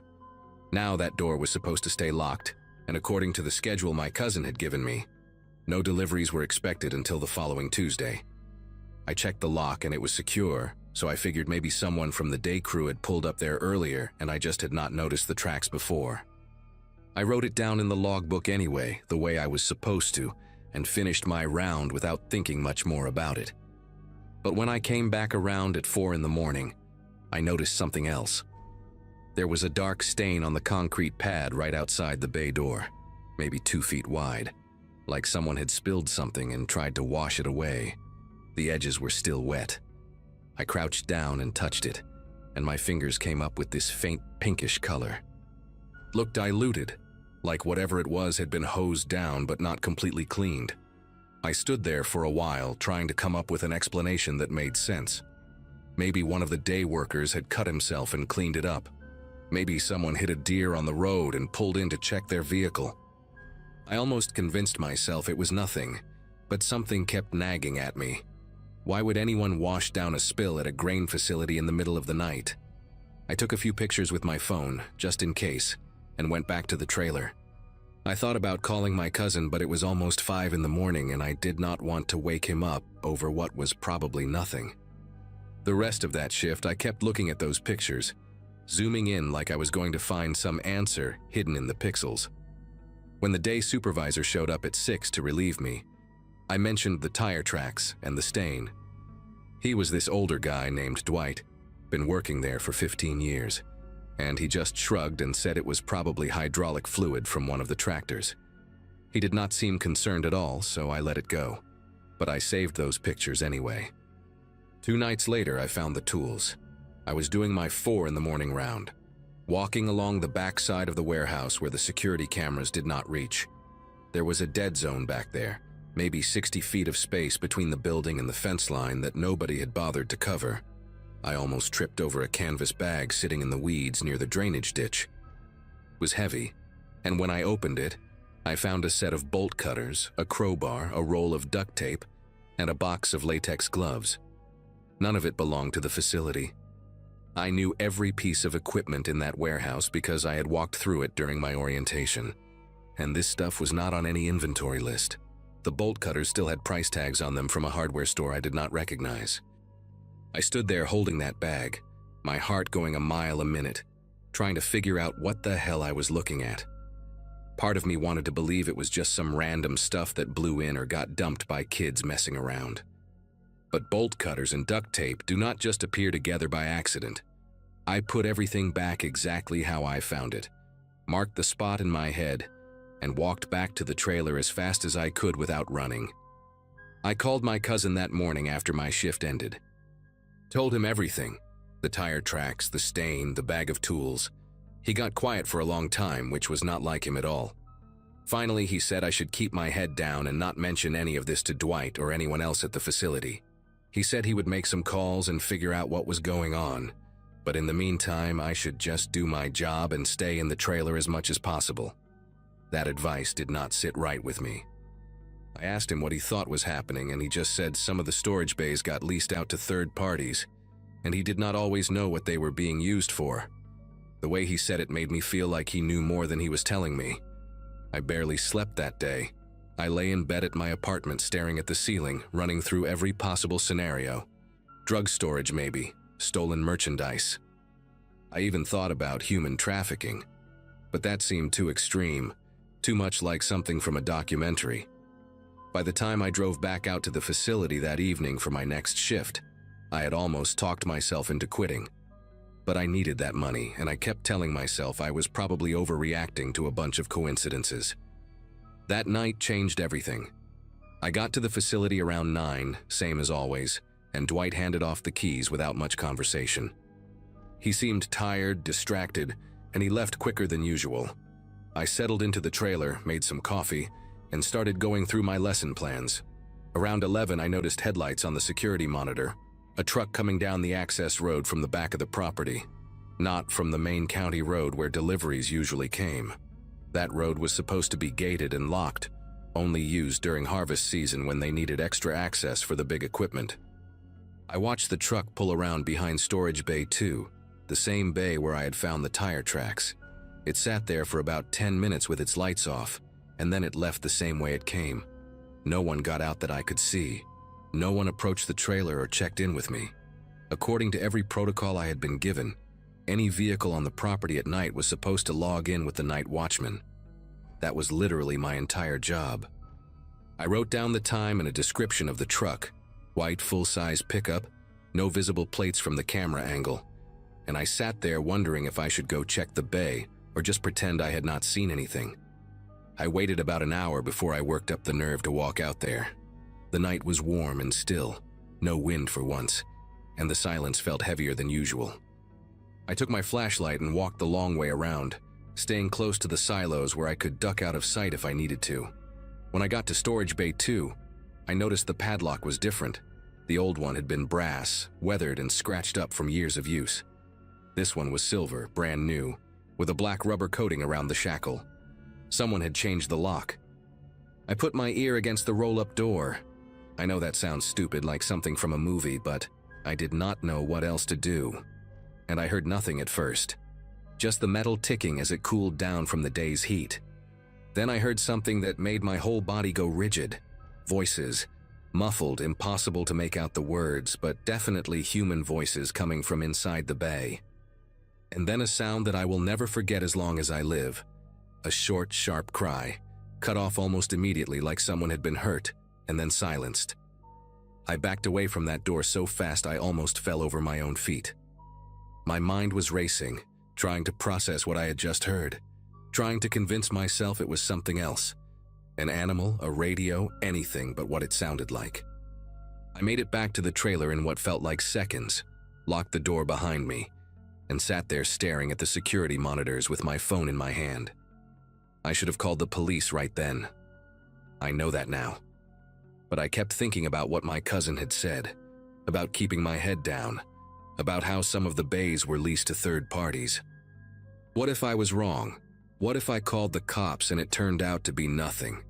And I lost my job and my cousin lost his job, and I looked like a paranoid idiot. I sat there for 20 minutes, maybe longer, arguing with myself. And then I saw movement on the monitor. Someone was walking toward the trailer. A man, tall, wearing dark clothes, coming from the direction of Storage Bay 2. He was not rushing, not trying to hide. He walked like someone who belonged there, like someone who had every right to be on that property in the middle of the night. I watched him get closer and closer until he walked right out of the camera's frame, and then I heard footsteps on the gravel outside the trailer door. He knocked 3 times, slow and deliberate. I did not answer. I did not move. I barely breathed. Through the small window next to the door, I could see the outline of his shape, just standing there, waiting. Then he spoke, and his voice was calm, almost friendly. He said he knew I was in there and that we needed to have a conversation about what I had seen over the past few nights. He said it in a way that made it clear he already knew everything. The pictures I took, the bag of tools I found, the fact that I had been asking questions. He said I seemed like a smart guy, and smart guys understood when it was better to look the other way. He said some people made good money just by not seeing things, and that could be me if I wanted it to be. He never raised his voice, never made an explicit threat. He did not have to. The implication was clear enough. I sat there in the dark, my phone still in my hand, and I did not say a single word. After what felt like forever, he knocked once more, just once, and then the footsteps moved away. I watched on the monitor as he walked back toward the storage bay, got into a dark SUV I had not noticed before, and drove off using that back access road. I did not finish that shift. The second his taillights disappeared from the camera, I grabbed my keys and walked straight to my car. I did not clock out, did not leave a note, did not call anyone. I just drove. My hands were gripping the steering wheel so hard my knuckles ached, and I kept checking the rearview mirror the entire 40 minutes back to town. I called my cousin the next morning and told him I was done, that I was not going back to that facility ever again. He did not argue. He did not ask questions, he just said he understood, and that he would take care of it with the company. A week later, I saw on the local news that there had been a fire at an agricultural storage facility in Harlow County. Electrical malfunction, they said. Storage Bay 2 was completely destroyed. No injuries reported, no investigation opened. The facility shut down for repairs and never reopened. My cousin stopped returning my calls after that. We have not spoken in almost 2 years now, and when I see him at family gatherings, he acts like nothing ever happened. Like those 6 weeks just got erased from both our memories. I never found out what was really going on in that storage bay. I never found out who that man was or what happened to whoever made that sound I heard through the door. Some nights I still think about it. Lying awake at 3 in the morning, running through everything I should have done differently. I should have called the police that first night when I found the stain. I should have trusted my gut instead of listening to my cousin. I should have done something instead of just running away, but I did not, and now I have to live with that. The teaching job came through a few weeks after everything happened, and I threw myself into work, tried to move on, tried to convince myself that whatever was happening at that facility was not my problem anymore. But every now and then, I will be driving at night and I will pass some industrial building sitting alone in the dark, lights off, nothing moving, and I will feel this cold twist in my chest. Because I know now that there are places like that everywhere. Places where things happen that nobody talks about, and there are people whose job it is to make sure nobody ever finds out. I was almost one of those people. Sometimes I wonder if the only reason I am still here, still able to tell this story, is because I was smart enough to stay quiet and scared enough to run. And I do not know which part of that bothers me more.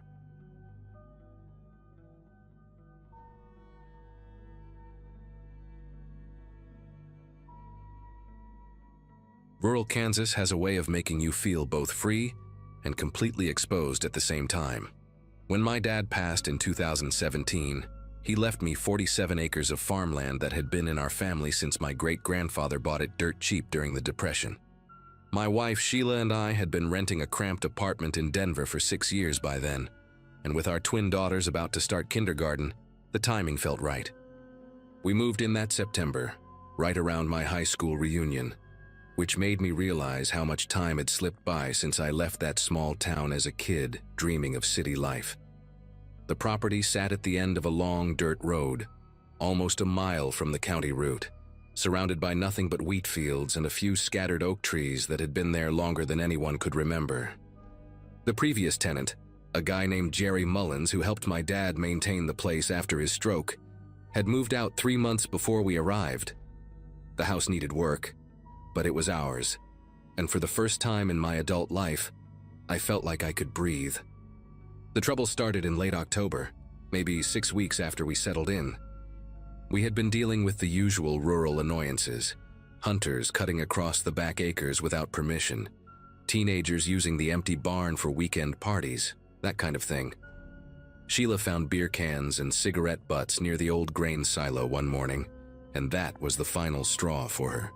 She wanted a gate, something solid with a good lock, to keep people from just driving onto our land whenever they felt like it. I agreed, mostly to ease her mind, and spent a whole Saturday installing a heavy steel gate at the entrance where our dirt road met the county route. I bought a thick padlock from the hardware store in town, one of those hardened steel ones that cost almost $40. We each kept a key, and I hid a spare inside the hollow fence post nearby, just in case. That first night with the gate locked, I remember Sheila squeezing my hand at dinner and saying she finally felt safe out here. I believed her when she said it, and I believed it myself. 3 days later, I woke up around 5 in the morning to let the dog out and noticed the gate was wide open. Not broken, not forced, just open, swinging gently in the November wind like someone had casually unlocked it and forgotten to close it behind them. I walked the whole length of that dirt road in my bathrobe and boots, flashlight in hand, looking for any sign of what happened. Nothing. No trash, no footprints that I could make out in the dark, no indication that anyone had even been there. I told myself I must have forgotten to lock it properly, even though I could picture myself clicking that padlock shut and tugging it twice to make sure. Sheila gave me a look when I came back inside, the kind of look that said she was trusting me to keep us safe out here. I promised her it would not happen again, and I meant it. That evening, I checked the lock 3 separate times before coming inside for dinner, but it did happen again. The following Monday morning, Sheila was the one who found it. Gate wide open, padlock hanging loose on the chain like it had been gently placed there by someone with all the time in the world. This time I noticed something that made my chest tighten. Fresh tire tracks in the dirt, deep grooves from a heavy vehicle that had driven right up our road sometime during the night. I followed those tracks almost halfway to the house before they curved off toward the old barn and disappeared into the harder ground near the equipment shed. I searched that barn top to bottom, checked every stall, climbed up into the hayloft where dust hung thick in the morning light. Nothing was missing, nothing was disturbed, but someone had definitely been on our property. Someone with a key. I called the sheriff that afternoon, and Deputy Nolan came out to take a report, but he seemed almost bored by the whole thing. "Probably just kids," he said. "Probably someone messing with you." I wanted to believe him, but those tire tracks told a different story. I replaced the lock that same week, drove 30 miles to a different hardware store because I did not want to buy from the same place, thinking maybe somehow someone had gotten a duplicate made. This new padlock was even heavier, a different brand with keys that had a unique pattern cut into them. I threw away the old lock entirely and made sure only Sheila and I had copies this time. No spare hidden in the fence post, nothing. For about 10 days, everything seemed normal. The gate stayed locked, the road stayed empty, and I started to convince myself that Deputy Nolan had been right after all. Maybe it really was just some kids playing a prank, and once they realized we were serious about security, they moved on to easier targets. Sheila stopped checking the windows every night before bed. The girls started playing outside again without one of us hovering nearby. I let my guard down, and that was exactly when things got worse. It was a Saturday morning in mid-November when I walked out to check the gate and found something that made me stop dead in the middle of the road. The gate was locked, completely secure, chain wrapped tight, padlock clicked shut just like I had left it. But it was not my padlock. The one hanging there was silver instead of black, a completely different brand, with a keyhole that my keys would never fit. Someone had come onto our property during the night, removed my lock entirely, and replaced it with their own. I stood there for a long time, just staring at it, trying to make sense of what I was seeing. This was not a prank. This was not teenagers looking for a place to drink beer. Whoever was doing this wanted me to know they could come and go whenever they pleased, that no lock I bought would keep them out. They were sending a message, and the message was clear. This property belonged to them as much as it belonged to me. I cut that lock off with bolt cutters and bought a third one that afternoon, but my hands were unsteady the whole drive home. Sheila wanted to move. She said it plainly over dinner that night, the girls already in bed, her voice low and controlled in a way that scared me more than yelling would have. She said she did not feel safe anymore, that whoever was doing this knew too much about our routines, about when we were asleep, about how to get in without leaving a trace. I tried to calm her down, told her we would figure it out. But the truth was I did not have answers. I called Deputy Nolan again the next morning, and he came out to look at the new lock I had cut off, turning it over in his hands like it was a curiosity rather than evidence. He said there was not much he could do without catching someone in the act. No crime had technically been committed, no theft, no property damage beyond the locks themselves. He suggested we install cameras, maybe motion lights, something to discourage whoever was doing this. It felt like being told to solve my own problem, but I did not know what else to do. That night I ordered 2 trail cameras online, the kind hunters use to photograph deer, and paid extra for overnight shipping. The cameras arrived on a Wednesday, and I spent most of that afternoon mounting them. One pointed directly at the gate, hidden inside a wooden birdhouse I nailed to a tree about 20 feet back, and another aimed at the dirt road from the corner of our front porch.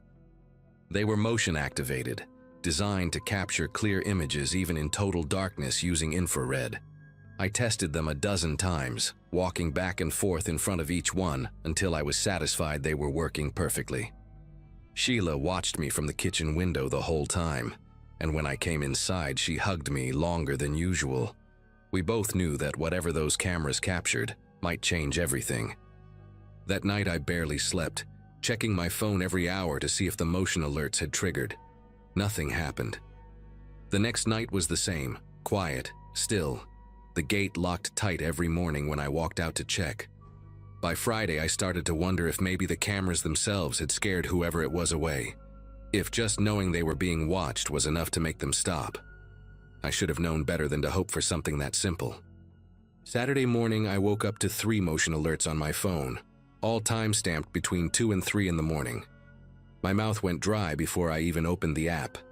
The first image showed headlights approaching the gate from the county route, just 2 bright circles floating in the darkness. The second image was clearer.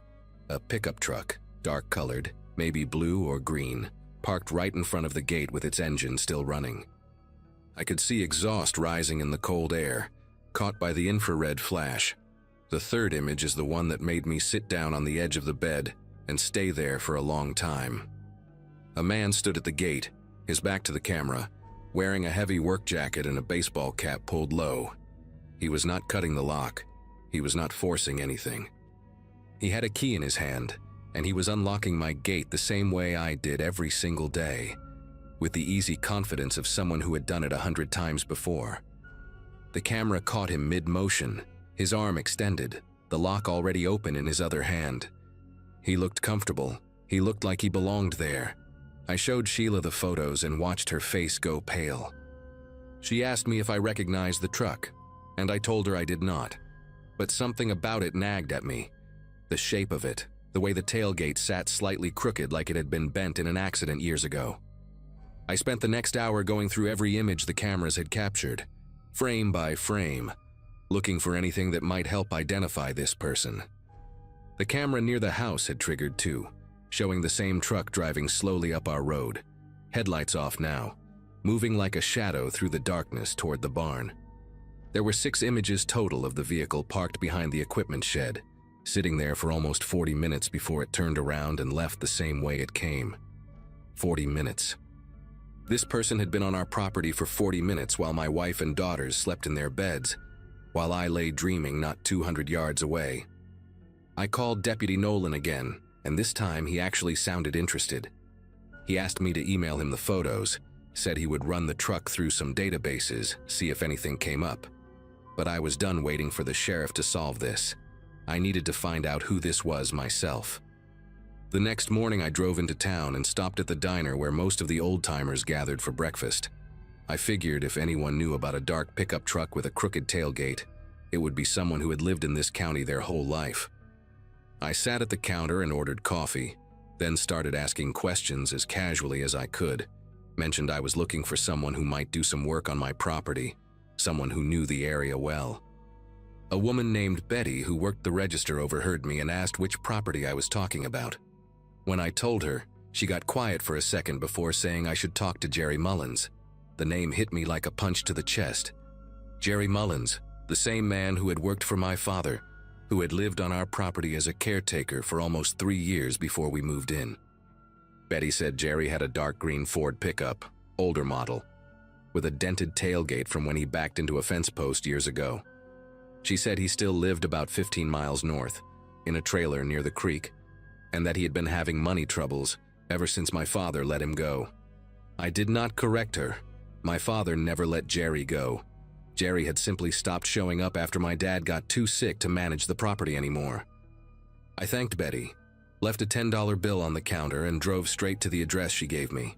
I found Jerry Mullins sitting on a plastic chair outside his trailer, smoking a cigarette and watching the road like he had been expecting someone. The truck was parked right there beside him. Dark green, crooked tailgate, the same vehicle from my camera footage. He did not seem surprised to see me. He did not even stand up when I got out of my car and walked toward him. I asked him straight out if he had been coming onto my property at night, and he just took a long drag of his cigarette before nodding slowly, like I had asked him about the weather. He said he still had keys. He said my father had given him copies years ago, back when he was trusted to come and go as he pleased, and he had never seen a reason to give them back. When I asked him why, what he was doing out there in the middle of the night, he looked at me with something that might have been shame or might have been defiance. I still cannot tell which.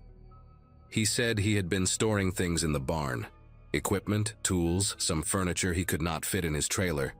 He said he figured no one was using the space anyway, and he did not think it would matter. 3 years of my father being sick, then dead, and Jerry had just kept coming and going like the property was still his responsibility. Like nothing had changed at all. I wanted to be angry. Part of me wanted to grab him by his jacket and demand to know what gave him the right. What made him think he could terrorize my family like that?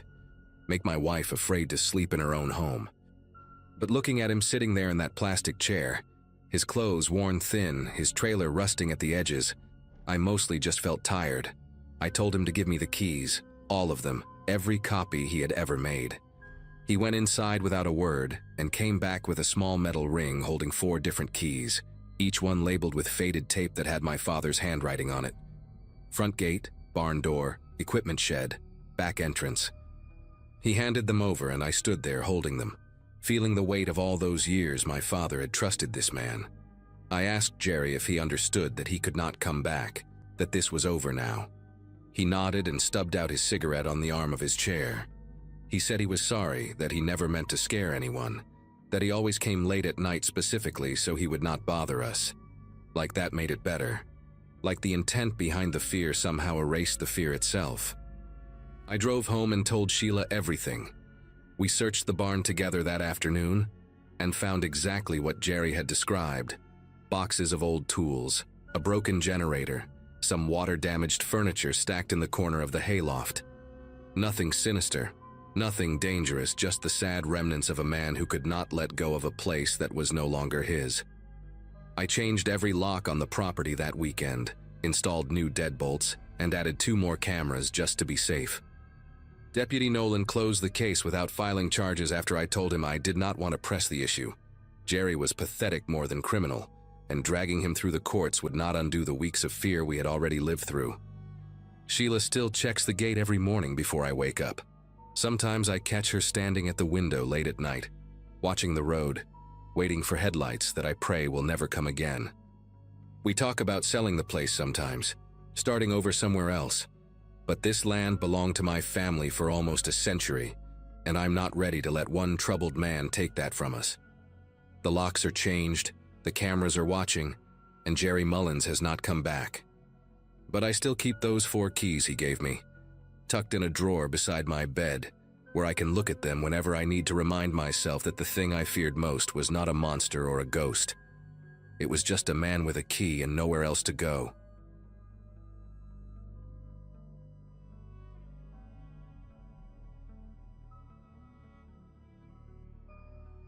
Buying a house on 12 acres outside Charlottesville, Virginia was supposed to be the best decision of my life. I had spent my 20s bouncing between cramped apartments in Richmond, sharing walls with people who screamed at each other at all hours, and when my grandmother passed and left me enough for a down payment, I did not hesitate. The farmhouse was old, built in the 1940s according to the county records, with a sagging porch, outdated kitchen cabinets, and a well pump that groaned every morning like it was in pain. But it sat at the end of a long gravel driveway, surrounded by woods on 3 sides, and for the first time in my adult life, I could not hear a single neighbor. I worked from home as a medical transcriptionist, typing up doctor notes in my pajamas, so the isolation suited me perfectly. My closest neighbor was Harold Jennings, an 80-something widower who lived about a mile down the road. We had a deal where I checked on him twice a week and he kept an eye on my property when I was away. By June, I had been living there for 8 months, and I finally felt like I belonged somewhere. That Saturday started like any other weekend. I woke up around 9, made coffee, and spent most of the day at my desk finishing a backlog of transcription files. For dinner, I made spaghetti and watched a couple episodes of a true crime show on Netflix. Ironic, considering what happened later. Around 11, I took my dog Pepper outside for her last bathroom break of the night.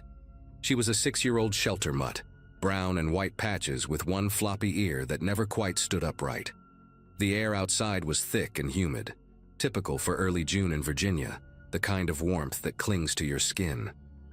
I stood on the porch watching Pepper sniff around the yard, looking up at the stars scattered across the sky in a way you never see in the city.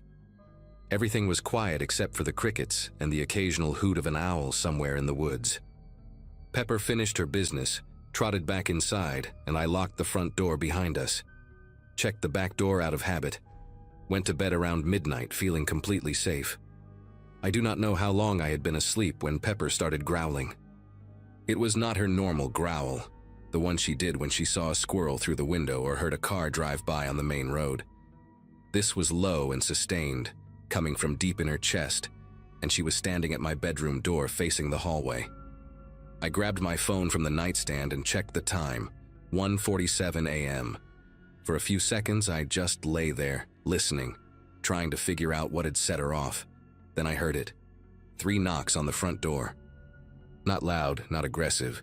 Just 3 steady knocks like someone was being polite about it. My first thought was that something had happened to Harold. Maybe he had fallen. Maybe he had walked over in some kind of confused state. He was getting up there in age, and I worried about him. I got out of bed and walked quietly to the living room, Pepper staying right at my heels, still growling that low rumble. The front door had a small window at the top, but it was dark outside and I could not see much. I also had a window to the left of the door that looked out onto the porch, covered by thin curtains. I did not turn on any lights. Something told me not to, some instinct I cannot really explain. So I just stood there in the dark, trying to see through the curtain. Then came another knock, and a voice, a man's voice, calm and friendly. He said his car had broken down about half a mile up the road, and his phone was dead. He asked if he could use my phone to call someone for help. It sounded reasonable. It sounded like the kind of thing that could happen to anyone on these back roads where cell service was spotty at best. But it was almost 2 in the morning, and I was a woman alone, and something about the situation made every muscle in my body tighten. I moved closer to the window and pulled the curtain back just an inch to get a better look at who was standing on my porch. He looked normal. That was the thing that made it so hard to know what to do. He was maybe 40, wearing jeans and a plain dark t-shirt, average build, short brown hair. He had his hands in his pockets and he was standing a few feet back from the door, not pressed up against it like someone desperate or aggressive would be. He looked like a regular guy who had car trouble. I almost convinced myself I was being paranoid, that I was letting all those crime documentaries get to my head. But Pepper was still growling, her hackles raised all the way down her spine, and that dog had never been wrong about people. I had seen her wag her tail at complete strangers, and I had seen her bark at men who later turned out to be bad news. She had instincts I had learned to trust. So instead of opening the door, I spoke through it. I told him I could call someone for him, asked what number he needed. He said he appreciated that, gave me a name, said his brother lived about 20 miles away and could come pick him up. He even gave me a phone number. It all sounded so normal, so reasonable. I had my phone in my hand, ready to dial, when I glanced out the side window again. The porch light was off, and the only illumination came from a half moon. But my eyes had adjusted to the darkness by then. The man was still standing there, patient, waiting. And that is when I saw movement near the tree line at the edge of my property, maybe 50 yards from the house. At first I thought it was a deer, we had plenty of those around. But the shape was wrong. It was upright. It was a person, moving slowly along the edge of the woods, heading toward the back of my house. My heart started pounding so hard I could feel it in my throat. I looked back at the man on the porch, and he was still standing there with that same calm expression, like he had all the time in the world. He had no idea I had seen the other one. Or maybe he knew exactly what was happening and this whole thing was part of a plan. I stepped back from the window, trying not to make any sudden movements, trying to think. My mind was racing through options. I could call 911, but the nearest sheriff's station was at least 25 minutes away, and I had no idea how much time I had. I could call Harold, but what was an 80-year-old man going to do? I thought about the back door, wondered if it was really locked, wondered if that second person was already testing it. The man on the porch knocked again, a little louder this time, and asked if everything was okay. His voice was still friendly, but there was something underneath it now. a hint of impatience. I told him through the door that I was calling his brother right now, that help would be on the way soon. I was stalling, buying myself time to figure out what to do. I moved quickly and quietly through the dark house to the kitchen, where I could see the backyard through the window above the sink. The second figure was closer now, maybe 30 yards from the house, and I could see it was a man, bigger than the one on the porch, wearing dark clothes and some kind of cap. He was not even trying to hide anymore. He was just walking toward my back door like he belonged there. I grabbed the biggest knife from the block on the counter. It was not much, but it was something.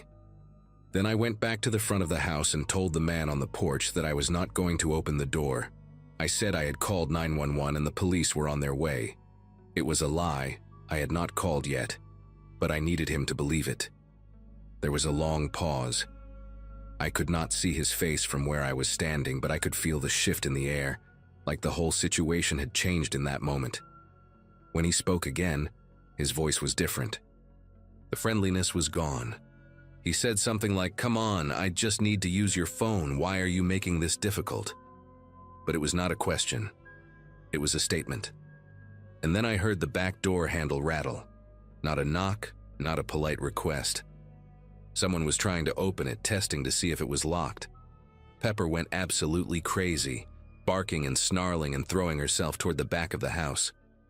The man on the porch started pounding on the front door now. Not knocking anymore, pounding, and he was saying something, but I could not hear it over Pepper and the blood rushing in my ears. I finally called 911. My fingers were trembling so badly I almost dropped the phone twice. The dispatcher answered, and I started talking fast, too fast, trying to explain that two men were trying to break into my house, that I was alone, that I needed help right now. She asked for my address and I gave it to her, and she told me to stay on the line, that she was sending units my way. But I knew how far away they were. I knew I was on my own for at least 20 minutes, probably more. The pounding on the front door stopped suddenly, and that silence was almost worse than the noise. I stood in the hallway between the front and back of the house, knife in one hand, phone in the other. Pepper pressed against my leg, still growling. I could hear footsteps on the porch, then nothing. Then I heard glass break somewhere at the back of the house. Not the door, one of the windows. The one in the small laundry room that I always meant to put a better lock on but never did. Pepper bolted toward the sound, barking so loud it hurt my ears, and I heard a man curse, and then more glass breaking as he tried to clear the frame. I ran to the laundry room doorway and saw a dark shape halfway through the window, one leg already inside. I did not think. I just reacted. I screamed at him, something I do not even remember, and I swung that knife at his arm. I felt it connect, felt resistance, and he yelled and pulled back out the window so fast he cut himself more on the broken glass. There was blood on my kitchen knife and blood on the window frame, and I was shaking so hard I thought I might collapse. The dispatcher was still on the line asking what was happening, and I was trying to tell her, but the words were not coming out right. I backed away from the window, expecting him to come through again or expecting the other one to try the front, but for a moment, everything went quiet. Pepper was still barking, but it was different now, more frantic, like she was trying to track movement she could hear, but I could not. I kept switching my attention between the front door and the broken window, waiting for someone to come through, knowing I could not defend both at the same time. Then I heard a car engine start. It was faint at first, somewhere down my gravel driveway, and then it got louder and I heard tires spinning on loose rock. I ran to the front window and saw taillights disappearing down the road, moving fast with no headlights on. They were leaving. I did not understand it at first. I was still braced for someone to come crashing through a door or window, but the sounds outside faded, and then there was nothing but crickets and Pepper whimpering beside me. I stayed on the line with the dispatcher for another 18 minutes until I saw the red and blue lights coming up my driveway.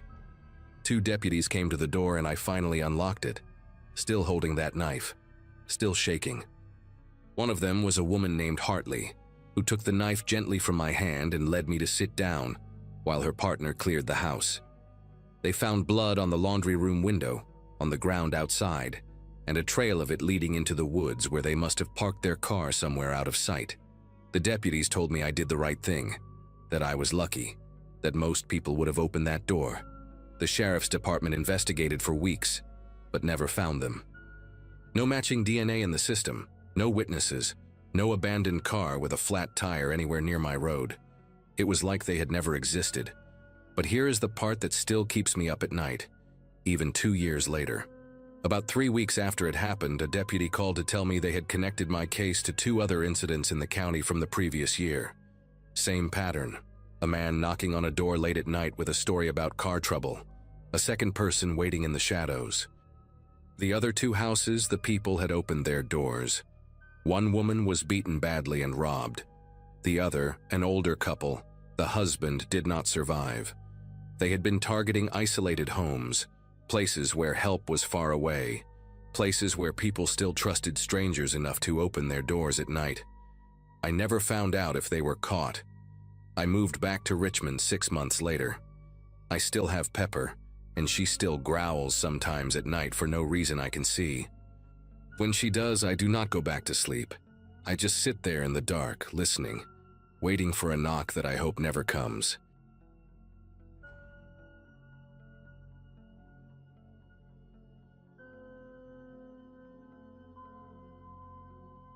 "14 years of warehouse work in New Jersey had left me burned out in ways I did not fully understand, until I quit. When my buddy Glenn mentioned a seasonal crop management gig in rural Virginia, I jumped at it without thinking twice. My engagement had collapsed the previous spring. I was renting a depressing studio apartment, and the idea of wide-open spaces sounded like medicine. The contract was simple: 6 months overseeing soybean fields for an agricultural company, with a rent-free farmhouse included as part of the deal. I loaded my Ford pickup and drove 5 hours south on a Wednesday morning in early September 2018. The property sat at the end of a gravel road called Hendricks Mill Lane, about 12 miles from the nearest town with a grocery store. The farmhouse itself was nothing special: 2 bedrooms, a kitchen that smelled like old wood, and a porch that wrapped around 3 sides. But the land stretched out flat and golden under the late summer sun, and for the first time in years I felt like I could actually breathe. I told myself this was exactly what I needed. The first week passed without any trouble. I spent my days learning the irrigation system, checking soil moisture levels, and driving the perimeter of the 300 acres I was responsible for. The nearest neighbor, according to my contract paperwork, was a property about half a mile east, but the county records listed it as unoccupied, owned by some agricultural trust based out of Richmond. I could see the outline of a farmhouse and a large barn from my kitchen window, sitting dark against the tree line. No cars in the driveway, no movement, no signs of life whatsoever.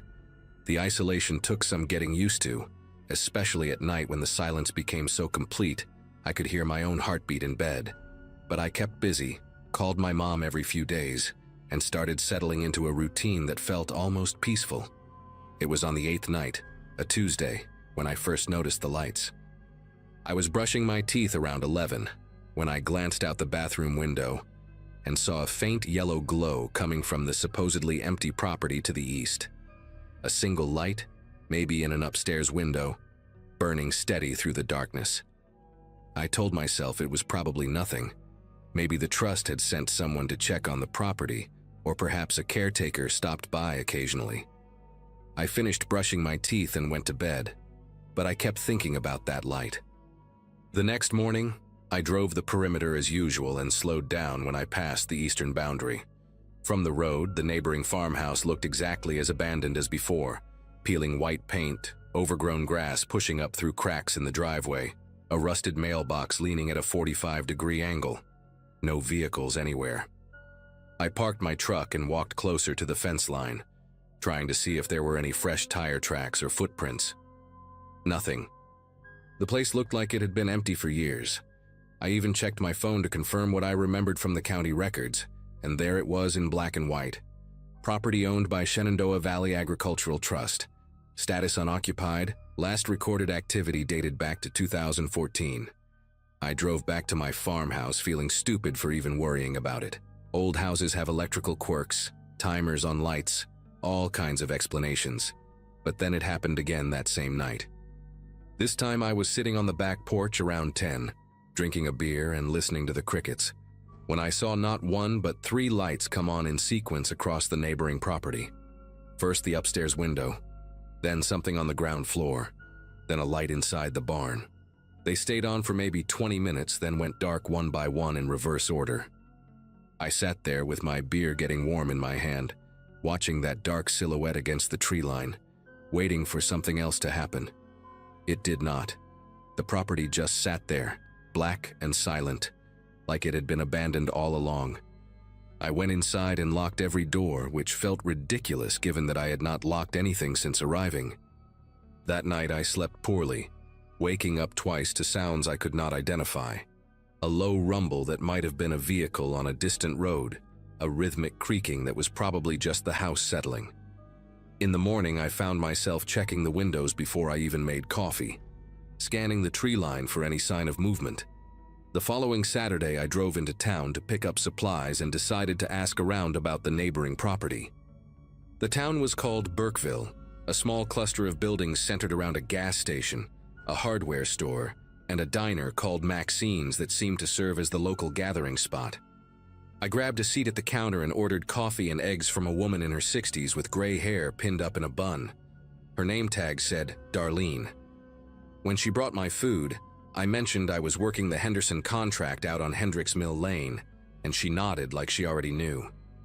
Small towns are like that. I asked her about the property to the east of mine, the one owned by some agricultural trust, and her expression changed in a way I cannot quite describe. Not fear exactly, more like caution. She said she did not know much about it, that properties changed hands a lot around here, and then she moved down the counter to refill someone else's coffee. I tried asking the guy sitting 2 stools over, a heavy-set man in a John Deere cap who had been eating pancakes in silence. He looked at me for a long moment, syrup still dripping from his fork, and said something I will never forget. Best not to get involved in other people's boundaries out here. I pressed him on what that meant, but he just shook his head and went back to his pancakes. The whole diner had gone quiet, and I became aware that several people were watching me with expressions that ranged from pity to something harder, something like warning. I finished my eggs without tasting them and left a bigger tip than usual, hoping that might loosen someone up. It did not. Outside, I ran into an older man loading bags of fertilizer into a pickup truck, and I tried one more time. I told him I was new to the area, just trying to understand the lay of the land, and asked if he knew anything about the property east of my place. He stopped loading and looked at me with pale blue eyes that had probably seen 70 winters or more. He said the land out there had history, that people who owned it tended to keep to themselves, and that I should do the same. When I asked what kind of history, he just climbed into his truck and drove away without another word. I stood there in the parking lot feeling like I had walked into the middle of a conversation that had been going on for decades, speaking a language everyone understood but me. That night, everything changed. I was lying in bed around 1 in the morning, not quite asleep but drifting in that halfway state, when I heard the sound of tires on gravel. Slow, deliberate, crunching along at maybe 5 miles per hour. I got up and moved to the window without turning on any lights, keeping myself pressed against the wall so I could see out without being seen. A vehicle was rolling past my property on Hendricks Mill Lane. A large pickup truck or maybe an SUV, I could not tell for certain because it had no headlights on. Just a dark shape moving through the darker night, engine barely above idle. It passed my driveway and continued down the road toward the eastern property, then disappeared around a bend. I stood at that window for maybe 15 minutes waiting until I saw it come back the other way. Same speed, same silence, same absence of lights. This time it slowed even more as it passed my house, and I swear I could feel eyes scanning my windows, even though I could not see anyone inside the vehicle. My heart was pounding so hard I could feel it in my throat. After it passed, I did not go back to bed. I sat in the kitchen with every light off, watching the road through the window above the sink until the sun came up. The morning brought something worse. I walked the perimeter of my farmhouse the way I had started doing every day, checking for anything out of place, and that is when I found the footprints. They were in the soft dirt beneath my bedroom window, 2 distinct boot prints, deep enough to suggest someone had been standing there for a while. The window itself was about 5 feet off the ground, too high to see in without effort, but if someone stood on their toes or brought something to stand on, they would have had a clear view of my bed.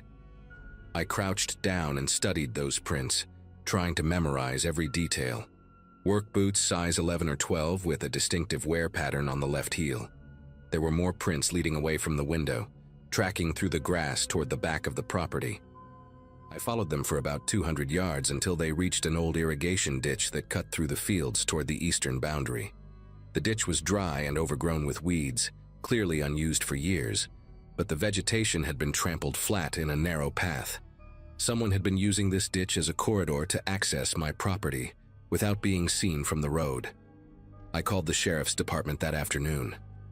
A deputy named Womack came out around 4, a tall man with a sunburned neck and the kind of tired eyes that suggested he had seen everything twice. I showed him the footprints, which had dried and hardened in the midday heat, and walked him out to the irrigation ditch. He listened to everything I said without interrupting, nodding occasionally, writing nothing down. When I finished, he stood there looking out toward the eastern property for a long moment before speaking. He said that folks out here valued their privacy, that property lines could be complicated when you had old irrigation rights and shared access roads from decades past. I told him someone had been watching me through my bedroom window, and he said he understood my concern, but that there was not much he could do without more evidence. No crime had technically been committed. Before he left, he gave me his card and told me to call if anything else happened, but the way he said it made me feel like he was just going through the motions. I watched his cruiser disappear down Hendricks Mill Lane and realized I was completely on my own out here. That night, I pushed my dresser in front of the bedroom window and slept with a kitchen knife on the nightstand. The next 3 days were quiet, and I almost convinced myself that I had overreacted. Maybe the footprints were from a surveyor or someone checking utility lines. Maybe the vehicle without headlights was just a local taking a shortcut who did not want to disturb anyone.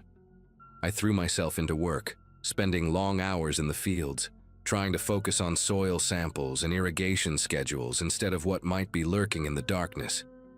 But on the 4th night, a Wednesday, I woke up at 3 in the morning to the sound of footsteps on my porch.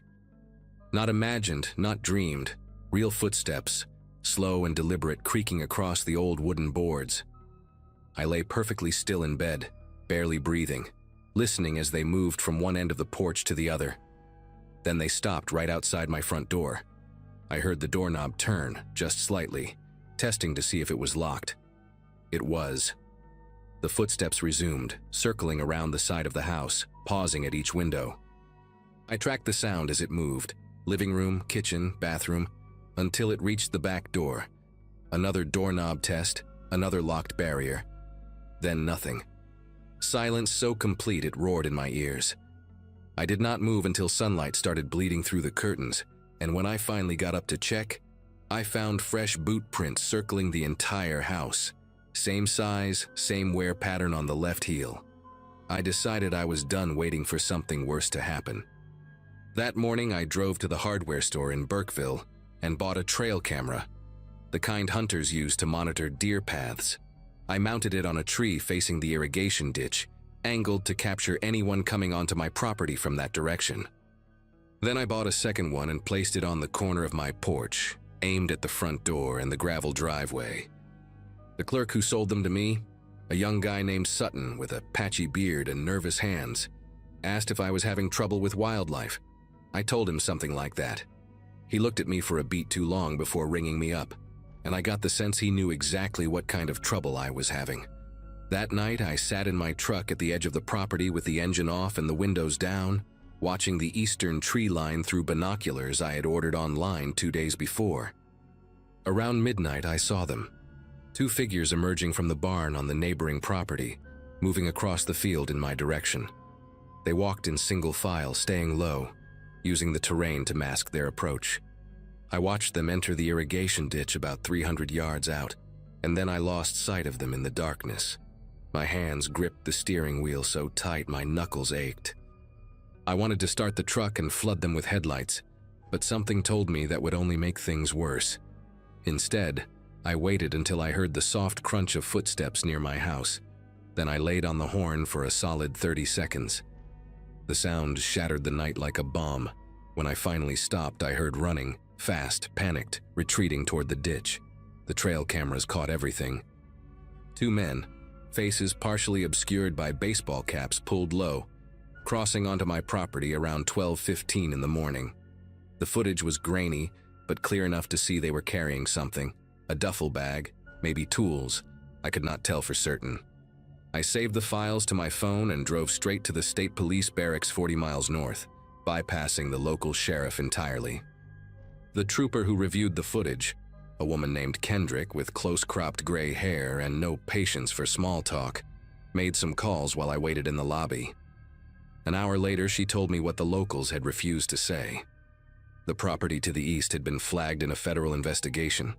Something about illegal cultivation hidden in the back acreage, distribution networks running through rural properties with absentee owners. The agricultural trust was a front, and the people operating out of there had been watching me since the day I arrived, trying to figure out if I was law enforcement or just an unlucky contractor who had wandered into the wrong place. Trooper Kendrick arranged for me to break my lease that same day. No penalties, no questions. I packed everything I owned in under 2 hours and drove north without looking back. I found out later that a raid happened about 3 weeks after I left. Multiple arrests, the whole operation dismantled. Sometimes I still think about those nights alone in that farmhouse, the footsteps circling in the darkness, the eyes watching from the tree line. The countryside had seemed so peaceful when I arrived, so empty and quiet, but the silence was never emptiness. It was just everyone around me holding their breath, waiting to see what I would do.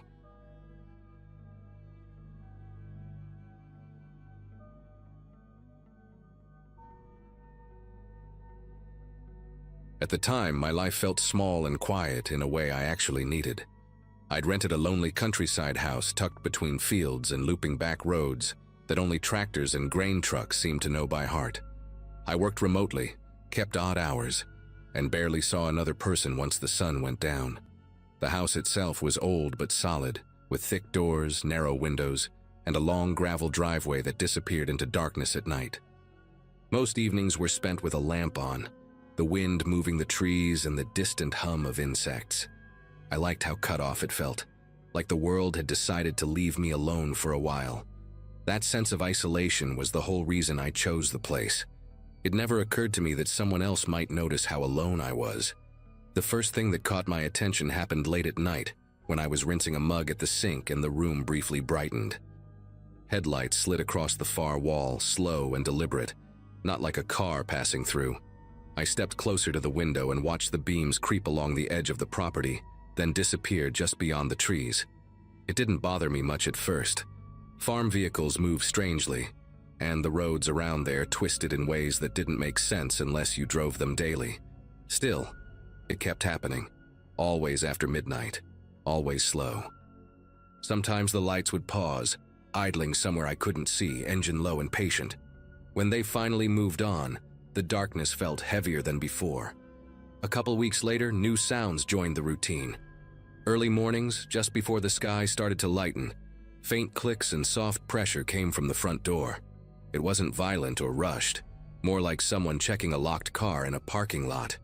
One morning it was the back door, another time a window frame near the laundry room. Whoever it was never stayed long, and nothing was damaged. I walked the house afterward, heart thumping, finding everything exactly as I'd left it. That somehow made it worse. Locks untouched meant the person testing them knew they could wait. The storm arrived without much warning, rolling in heavy and loud, flattening the fields with rain, and bending the trees until they groaned. The power cut out first, then the cell signal dropped to nothing, leaving the house humming with rain and silence. Candles barely pushed back the dark, and the wind kept hitting the walls like it was trying to listen through them. That was when the headlights came back, brighter this time, stopping so close the glow leaked under the curtains. I stood there realizing something with a clarity that made my chest ache. Whoever was outside hadn't been trying to get in before. They'd been learning the house, learning me, and waiting for the moment when no one could hear me call for help. I stayed still, listening, counting the seconds between gusts of wind and the soft idle of an engine somewhere beyond the trees. The rain masked smaller sounds, but not all of them. Gravel shifted, slow footsteps pressing into wet ground, careful enough not to splash. A shadow moved past one of the side windows, tall and narrow, pausing where the glass met the frame.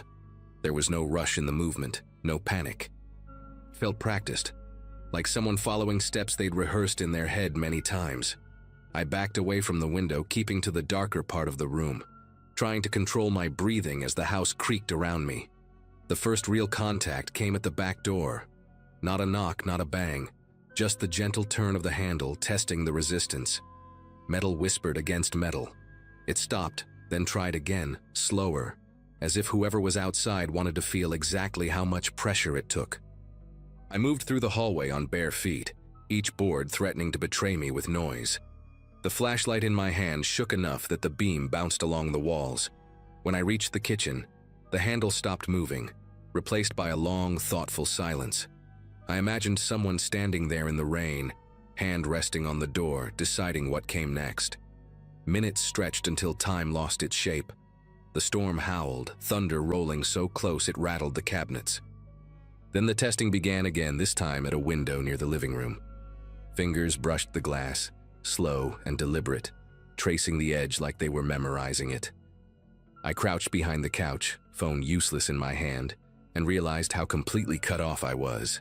No lights from neighbors, no passing cars, nothing but fields and dark. That was when it hit me. This wasn't about breaking in fast. It was about waiting me out, seeing how long fear could do the work instead. Eventually, the sounds stopped. The headlights stayed for a while longer, washing the side of the house in white, then finally pulled away. I didn't sleep. At first light, I packed what I could carry and left the house unlocked behind me, gravel crunching too loud under my tires as I drove away. Later, a local deputy walked the property and found nothing but deep footprints pressed into the mud near every door and window. No sign of forced entry. I never went back. Whatever patience had been waiting for me out there didn't need another chance. As days passed, I couldn't shake the feeling that I hadn't truly escaped. The whole thing, those headlights, the quiet testing, sat with me like a shadow, one I couldn't outrun. It's easy to tell yourself things like maybe it was just a strange coincidence or there's a perfectly logical explanation, but deep down I knew better. I still couldn't explain how someone could have learned that house so thoroughly without ever stepping foot inside, or why they'd only been testing, never forcing. There was no conclusion to the nightmare that made sense. No one came forward. No evidence was found. The sheriff's department gave me the usual keep an eye out talk and moved on. But I couldn't. A few months later, I did some digging, trying to find answers, or at least make peace with the strange events. Turns out, a similar pattern had been reported in a nearby town years before. Another woman, renting another old farmhouse, had noticed headlights passing by her home, followed by strange behavior around her doors. She'd left too, but by the time she did, the sheriff had already dropped her case. She was never even given the chance to speak in person, her complaint buried in bureaucracy. Like mine, her story faded into nothingness. I still think about that night. The silence after the headlights disappeared was one of the loudest things I've ever heard. The kind of silence that speaks volumes. I've learned a few things in the time since. How fragile a sense of safety can be. How quickly it can be snatched away. But there's one thing that still haunts me more than anything. Whoever it was wasn't interested in me getting away. They were waiting for the moment when I couldn't leave. And that, more than anything, is what still keeps me up at night.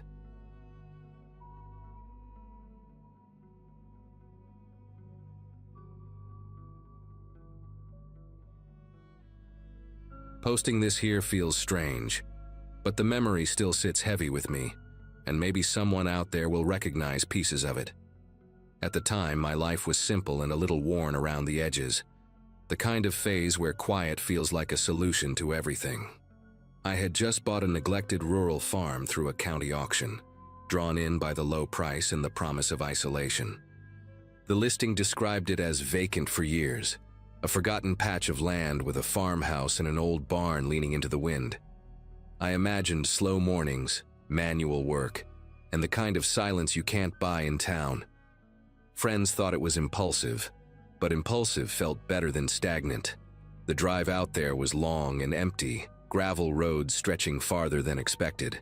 By the time I unlocked the farmhouse door, the sun was already low, turning the fields dull and flat. The first hours were spent opening windows and pushing stale air out of the rooms.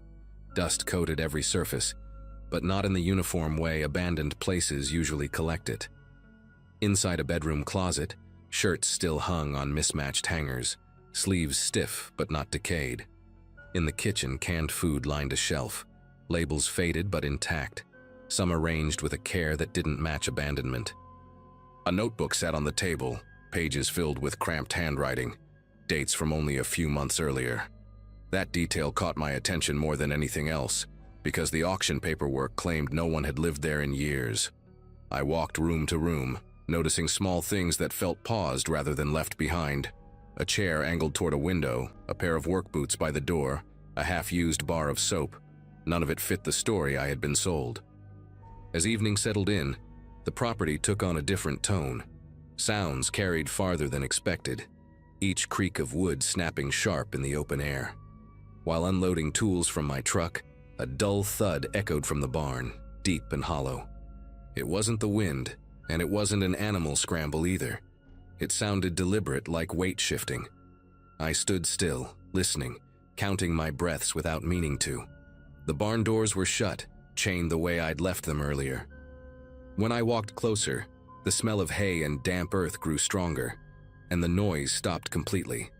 That silence felt heavier than the sound had been. Later that night, curiosity won out over caution. With a flashlight in hand, I crossed the yard again, beam cutting through tall grass and catching movement that turned out to be nothing at all. Near the barn, fresh footprints pressed into the dirt, clear and sharp, leading away from the doors toward the farmhouse. They weren't mine, and they weren't old. The prints followed a path I had walked earlier, then veered off, circling back toward the house. Standing there, I felt exposed in a way that's hard to explain, like the land itself was watching. I locked every door when I went back inside, double-checking each one, even though I knew it wouldn't change much.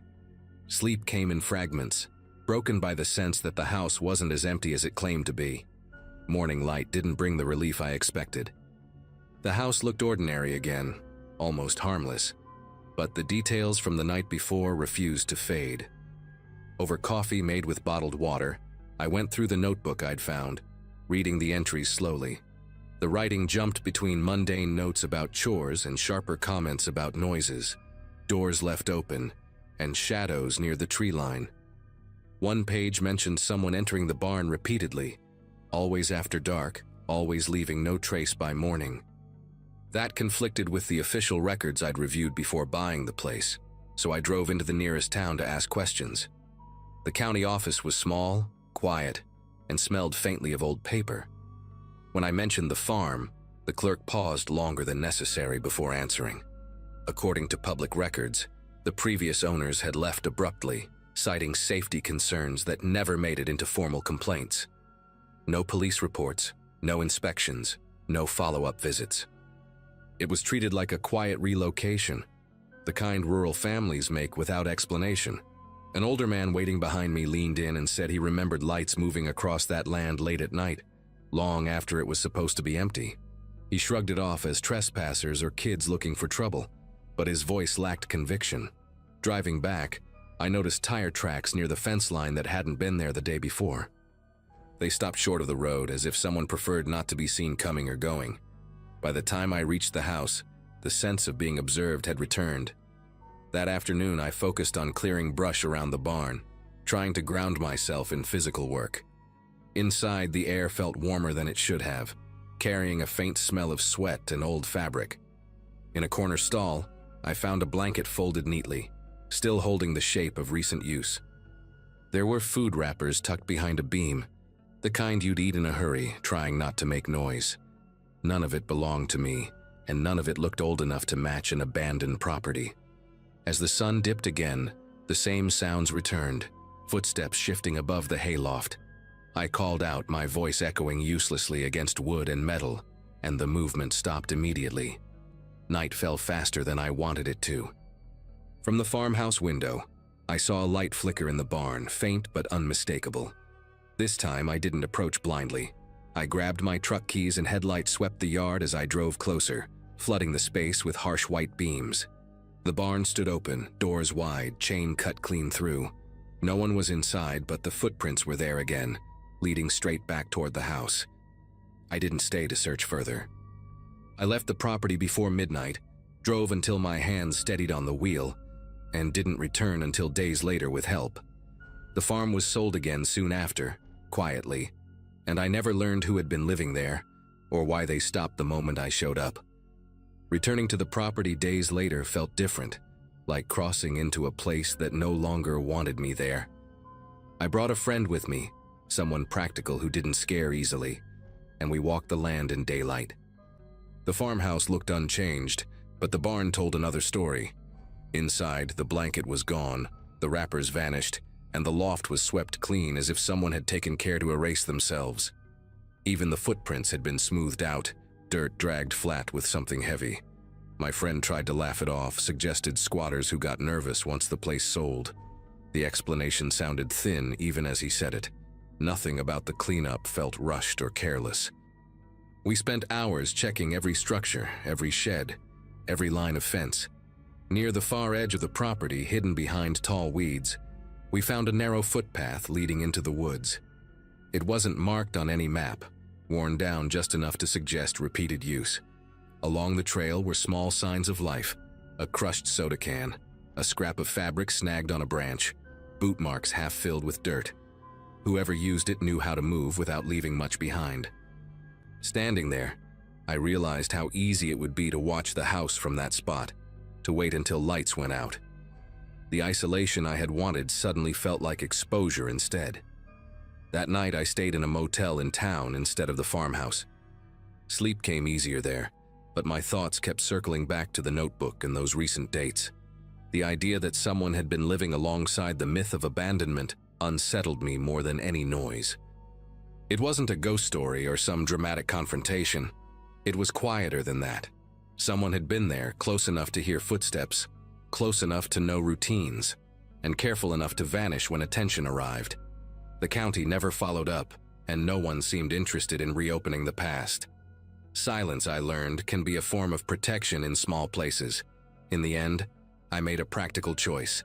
I listed the farm and sold it without ever spending another night there. I never mentioned the belongings or the footprints, just said the land wasn't the right fit. Sometimes I still think about whoever lived in those shadows and why they stopped when I appeared. Maybe they moved on to another forgotten place, or maybe they learned to stay hidden better. I don't know, and that's the part that lingers. The farm taught me that isolation doesn't always mean empty, and that some spaces remember people long after the records forget them.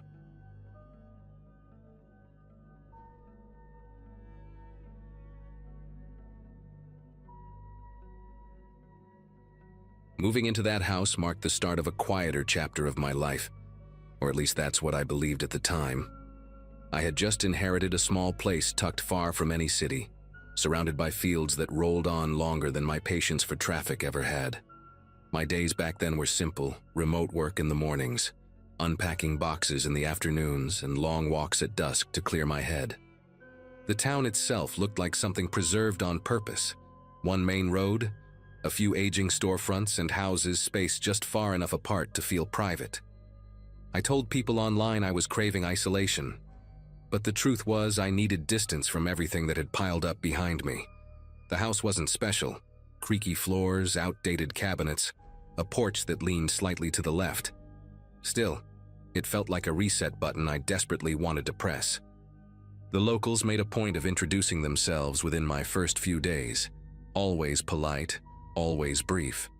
Names slipped out of my head quickly, but faces didn't, especially the way some of them lingered longer than necessary when we spoke. Conversations followed the same pattern. Questions about how long I planned to stay, whether I worked from home, and what time I usually turned in at night. At first, I chalked it up to small-town curiosity, the kind people warn you about but never really explain. Every wave from across the road felt practiced, synchronized even. One woman, Rachel, who lived 2 houses down, casually mentioned she noticed my porch light stayed on late. She said it with a laugh, but it landed heavier than she probably intended. It didn't take long before people started commenting on my movements before I ever brought them up. Someone at the general store asked if my morning walks helped with sleep, even though I hadn't mentioned them to anyone. Another neighbor suggested I avoid certain back roads once the sun dipped too low, offering no reason beyond a shrug and a vague warning tone. The strangest part wasn't the advice itself, but how consistent it was, as if everyone had rehearsed the same lines.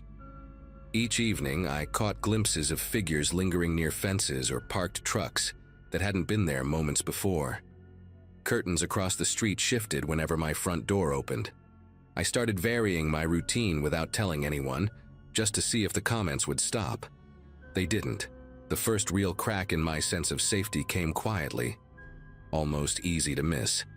A kitchen drawer I knew I had closed sat open when I returned from a short drive.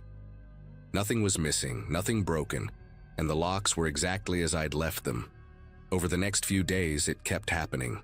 Small things out of place, a chair angled differently, a window unlatched but not forced. When I mentioned it at the local station, the officer listened with a thin patience that felt rehearsed. He suggested stress, settling in nerves, and reminded me that people here respected privacy. Walking back home, I noticed the same parked truck at the edge of my driveway that had been there earlier. Engine cold, tires dusty. That was the moment I understood I wasn't just being watched. I was being monitored. Sleep became fragmented after that, not because of noise, but because of the silence pressing in on me. At night, the house made sounds I couldn't quite place, soft shifts that didn't belong to old wood settling. I started leaving objects exactly where I could remember them, down to the angle of a mug handle or the position of a rug corner. More than once, I woke to find those details altered by morning. The air inside the house sometimes carried a faint scent that wasn't mine, like unfamiliar soap or cold fabric pulled from storage. When I asked Rachel if she ever had issues with people wandering onto her property, she paused longer than usual before answering. She told me everyone looks out for each other here, and that I should be grateful for the attention. The sense of being managed rather than protected grew stronger as days passed. People would appear when I returned home, as if alerted the moment my tires hit the gravel. One man I'd never spoken to greeted me by name while leaning against my mailbox, commenting on how late I was compared to usual. I asked how he knew, and he smiled like I'd asked something naive. He said routines matter in places like this, that predictability keeps things peaceful. That word stuck with me, peaceful, because nothing about the way he said it felt calm. It sounded more like a rule than a reassurance. I tried pushing back in small ways, staying out longer, taking different routes, leaving lights on in rooms I wasn't using. The reactions came quickly. A note appeared on my porch one evening, written in careful block letters, warning me about roads I didn't need to test. Another time, someone knocked just after dark to tell me my back window had been open earlier, even though I'd been home all day. When I mentioned the notes and visits to the authorities again, the response was polite but firm. They said newcomers often misread community concern, and that stirring things up wouldn't help me settle in. The message was clear without being spoken outright. Isolation crept in next, heavy and deliberate. Phone calls dropped unexpectedly, internet outages became frequent, and my requests for repairs were delayed without explanation. I stopped receiving mail altogether for a stretch, even though I saw the delivery truck pass by. The house felt smaller with each passing night, like the walls were inching closer in agreement with the town. I realized then that leaving wasn't just discouraged, it was expected if I couldn't adapt. Outsiders didn't challenge the rhythm here. They either learned it or disappeared from it, and for the first time since arriving, I understood that the house wasn't the thing I'd inherited. It was the test, The turning point came late in the afternoon, when I returned from a supply run and found the front door unlocked. I stood there longer than I should have, staring at the handle, replaying every movement of my hands before I'd left. Inside, nothing looked disturbed at first glance, but the house carried that same unfamiliar scent again, stronger this time. On the kitchen table sat a folded piece of paper I knew hadn't been there before. It wasn't threatening, not directly. It simply listed times, my usual departure, my return, when lights went out.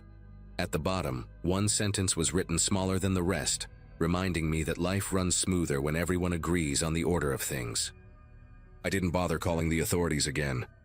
Instead, I packed a bag with only what I could carry: clothes, documents, my laptop, and a few personal items that still felt like mine.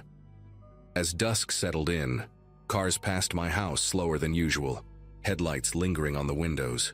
Someone knocked once, firm but unhurried, then walked away when I didn't answer. I stayed still on the living room floor, breathing shallow, listening to footsteps circle the house without ever rushing. It wasn't fear that pinned me there.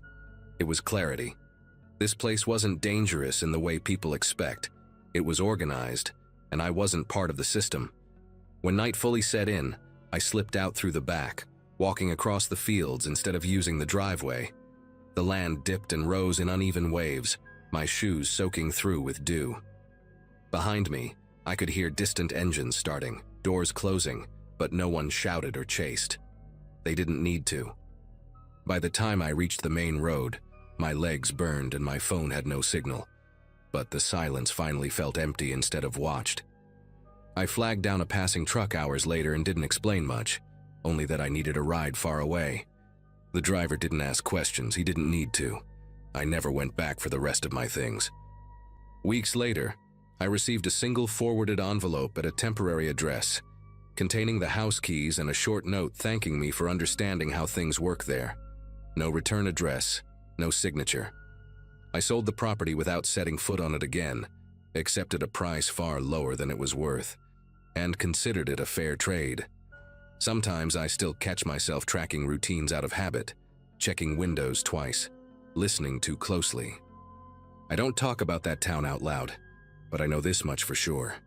Some places don't want you harmed, they just want you compliant.